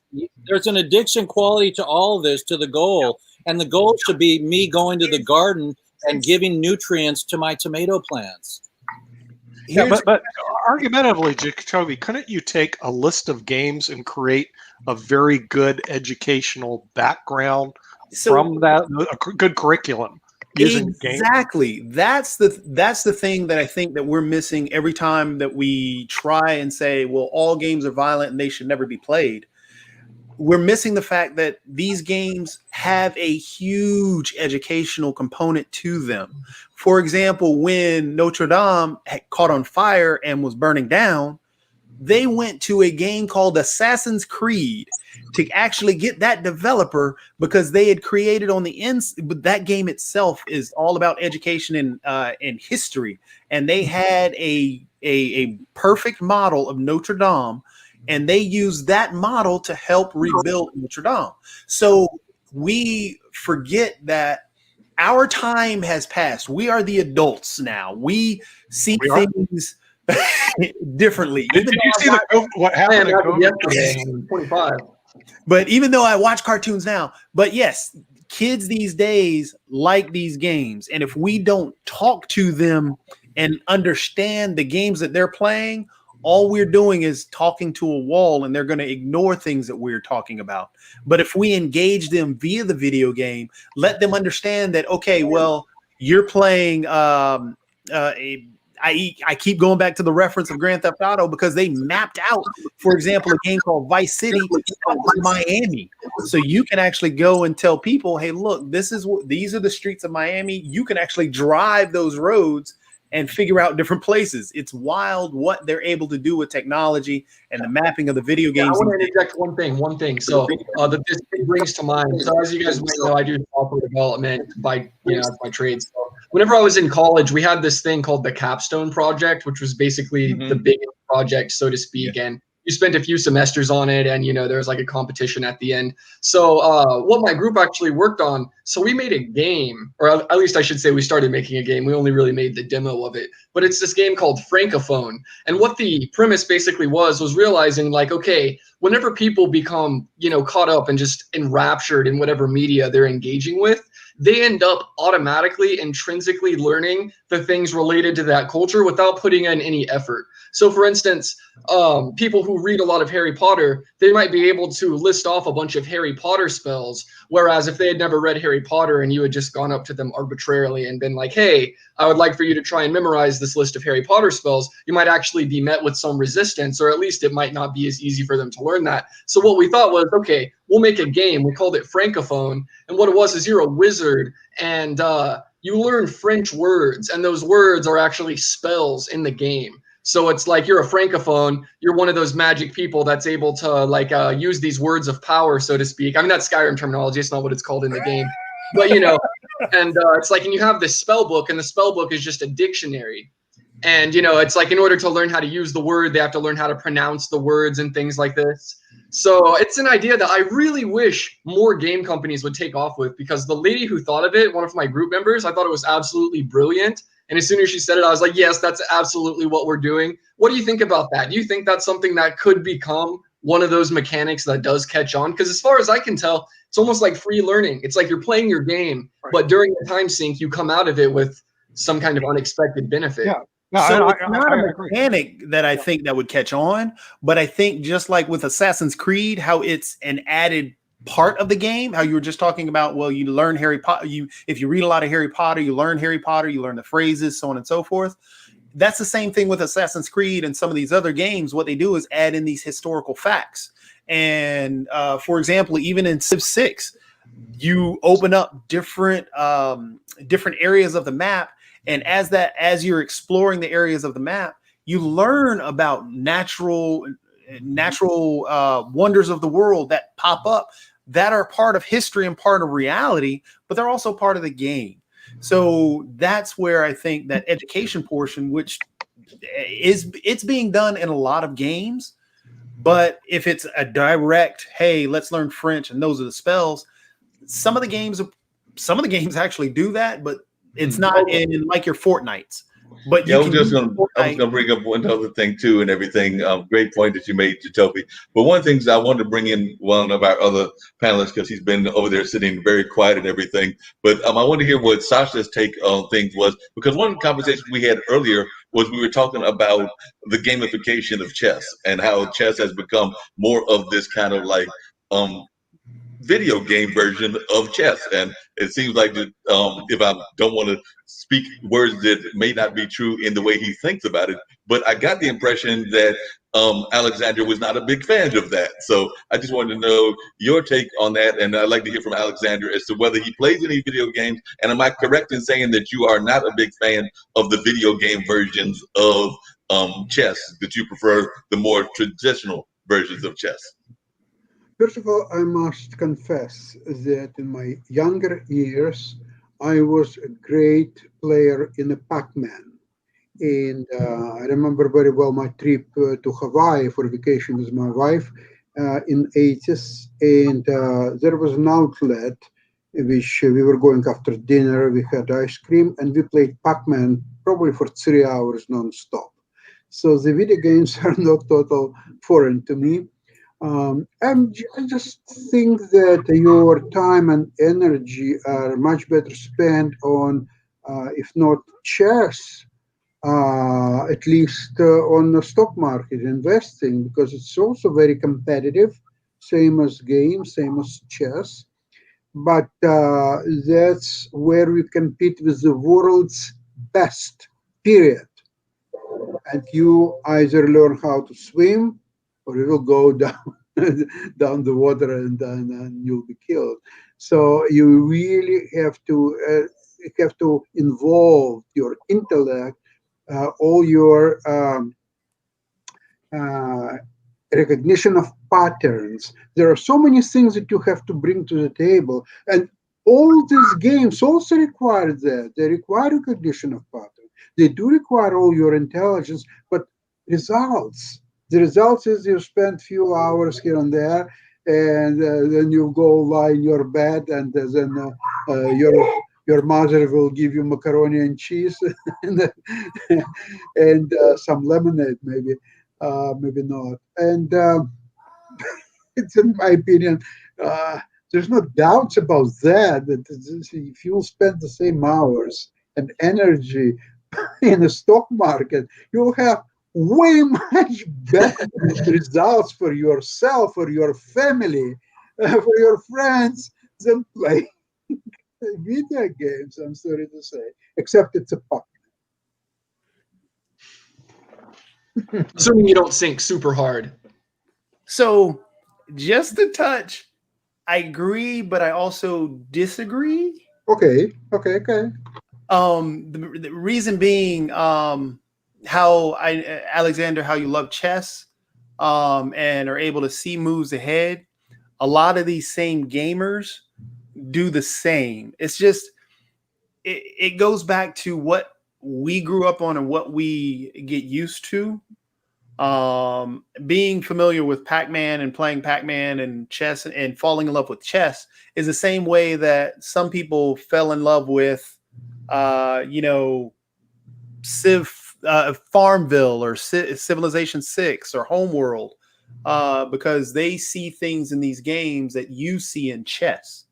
So I do have to say, I do agree with, for instance, where Sasha's coming from. I don't know if you ever noticed this, but there would be people who would play this game Guitar Hero, where you have like a fake guitar, and they would get so incredibly good at the game of Guitar Hero that they could have just practically learned how to play the real guitar, and they would probably be benefiting more in life.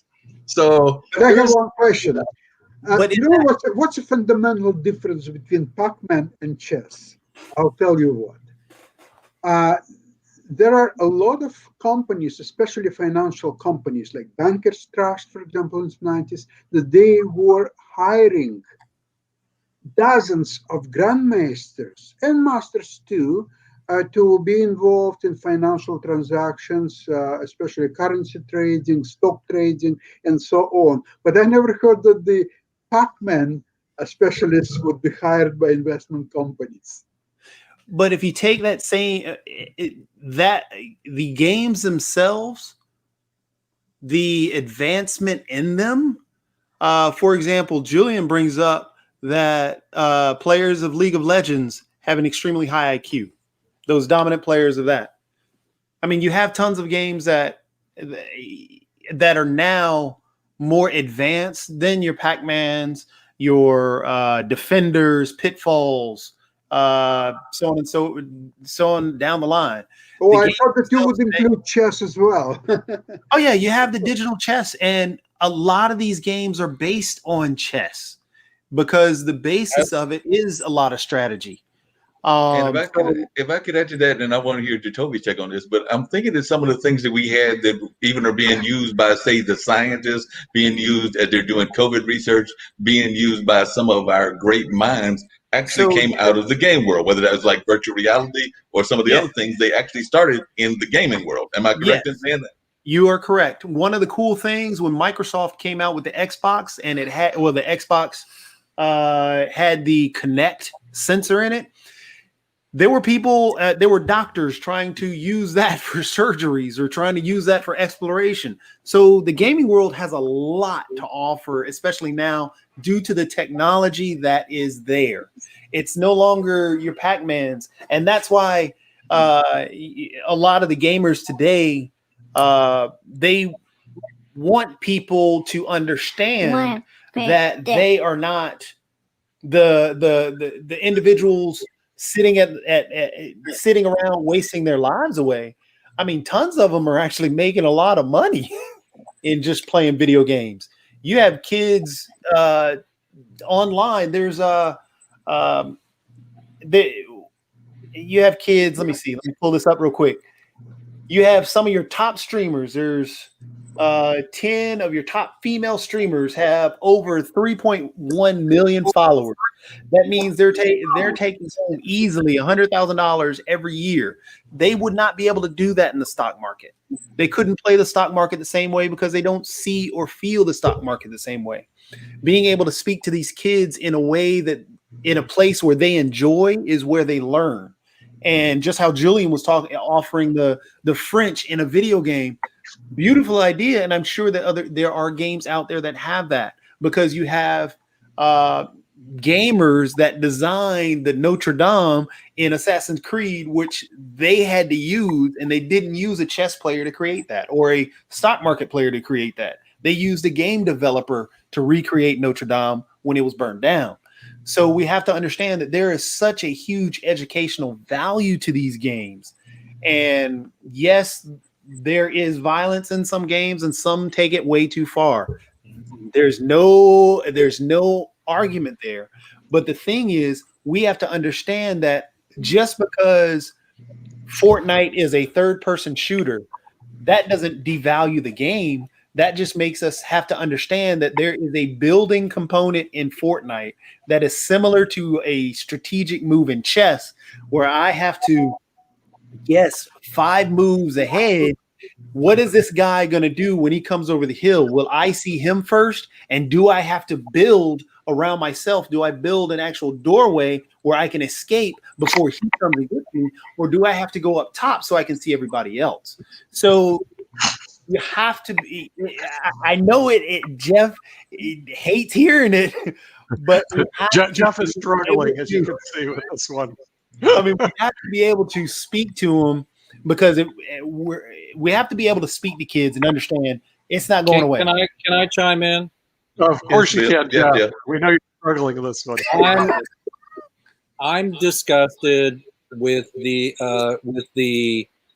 swipe of our brains from the parallel between chess and video games, because what's swiping there is that it's the excuse that we're one step ahead, we're one move ahead. In the meantime, we have 16-year-olds from Denmark, like Greta, that are talking about global warming and saying that we only have several more years left before we're at peak, okay? And in the meantime, these brilliant IQ people are spending 1 or 2 or 3 or 4 or 5 hours. So I would like to know how many hours the majority of gamers play a week, because I've seen addiction and I need people to be out on the planet helping to fix the coral reef right now. And so these violent games, and the games that are not violent, are taking our physical time away from giving us better soil and more ability to be real. We just had the real guitar, example, and instead of the air guitar. Well, I can play air guitar, and the addiction to the gaming industry. I saw on sports TV a couple years ago that there's an annual event where kids are making millions of dollars gaming together and in a competition. And again, I'm not competitive in nature. I just want the ethics to overrule and to clean up the whole industry so we can get back to real life and out of the computer. Just we can go to our resident genius over there, Julien. He may have a statement to make. Genius of the year. I'm just processing this. Jacoby can finish his point, and then maybe I'll have my thought formalized by the end of that. Okay, Jacoby, our gamer of the year. I've got an award. So just to push back on that, IBM TV award. Just remember, IBM TV award, gamer of the year. Yes. So just to push back on that, not everybody's going to be a Greta Thunberg. Not everybody can be. She's an amazing young lady. I love what she's doing, and she's an inspiration to a ton. But that doesn't mean that there are kids playing video games that aren't paying attention to her and following her lead. So we've got to understand that speaking to a kid saying, "Hey, video games are all bad. I want you to go plant some seeds." I hate playing the game Farmville. I'm not going to play the game Farmville. That's what gamers are going to say. So we have to figure out a way to speak to them to keep them motivated, because we can't think that gaming, yes, everything has an addiction. You can be addicted to water. You can be addicted to eating, playing with goats. But the thing is, we have to realize that there's more to games and those games themselves. There's a rare addiction isn't really the issue that we should be worried about. Well, you just talked about us being the adults here. We are the adults in the gaming world right now, and it's our responsibility to keep an eye on how much time that our children are spending on there. When I saw at 2 a.m. the addicted child who was 21, he wasn't working on his paperwork. He wasn't working on healing the world or making money. Stuck in a loop. To push back on that, can somebody use that as an escape? Well, the other question is, Jacoby and Jeff, is will they be able to make a transition? And this is what I'm talking about. Like, because I played a lot of chess in my younger, more halcyon days. When I'm 15 years old, 16 years old, we became really good at it, but then made a transition and went to law school and put chess basically behind. We've had on our TV show Alan Treffler, who was addicted to chess. He won the World Open chess championship. Then he turned around, created a company called Pegasystems. And Pegasystems right now is a multi-billion-dollar company. He is actually personally worth over $4.6 billion. So he's done very well. John Fanning's another one that we've had on our show. He's still addicted to chess, but both of them are a little bit addicted. But they transitioned into other businesses. He found another company called Napster, and then was the original investor in Uber. So there is a transition that gamers can make into something that's positive. And frankly, there are a lot of positive and negative games out there. I believe if you took the top games educationally and you put them together, that you could actually have a curriculum probably better than what teachers teach today. Yeah, it could be adaptive to the abilities of the player, as opposed to just a one-size-fits-all approach. Yeah, but the thing is, that's what we're talking about with the ethics here. Is to allow there to be an educational game.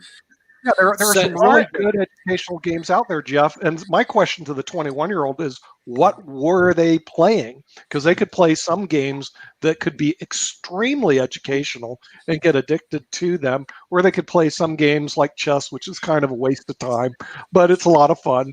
You know, Hey, and so though. It does, Nick, I know we got to probably get ready to wrap up and everything very shortly and everything. Just looked at the clock and everything. But before we do that, just out of curiosity, I looked and just typed in activism games and whether anything came up. And I've already found one that is something, I don't know about this. Maybe Jacoby can tell me about it, but it's something called Tilt Factor. And it says that they develop games that explore challenging and complex social issues to understand how and when games can have impact. So apparently there's a company that is actually involved in activism games, and they have something called Awkward Moment, which is a party card game, and Buffet, but it looks like they've got a variety of games, including some metadata games that are based on activism.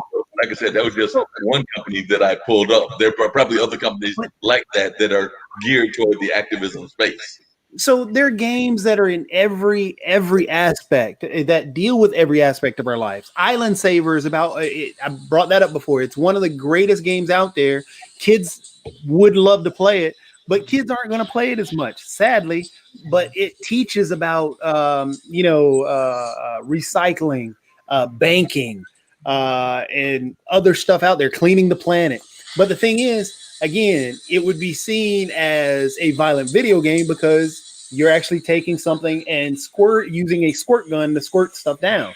So I think one of the things that we have to always be cognizant of is that we grew up in the era of chess. Chess was the most active and stuff like that.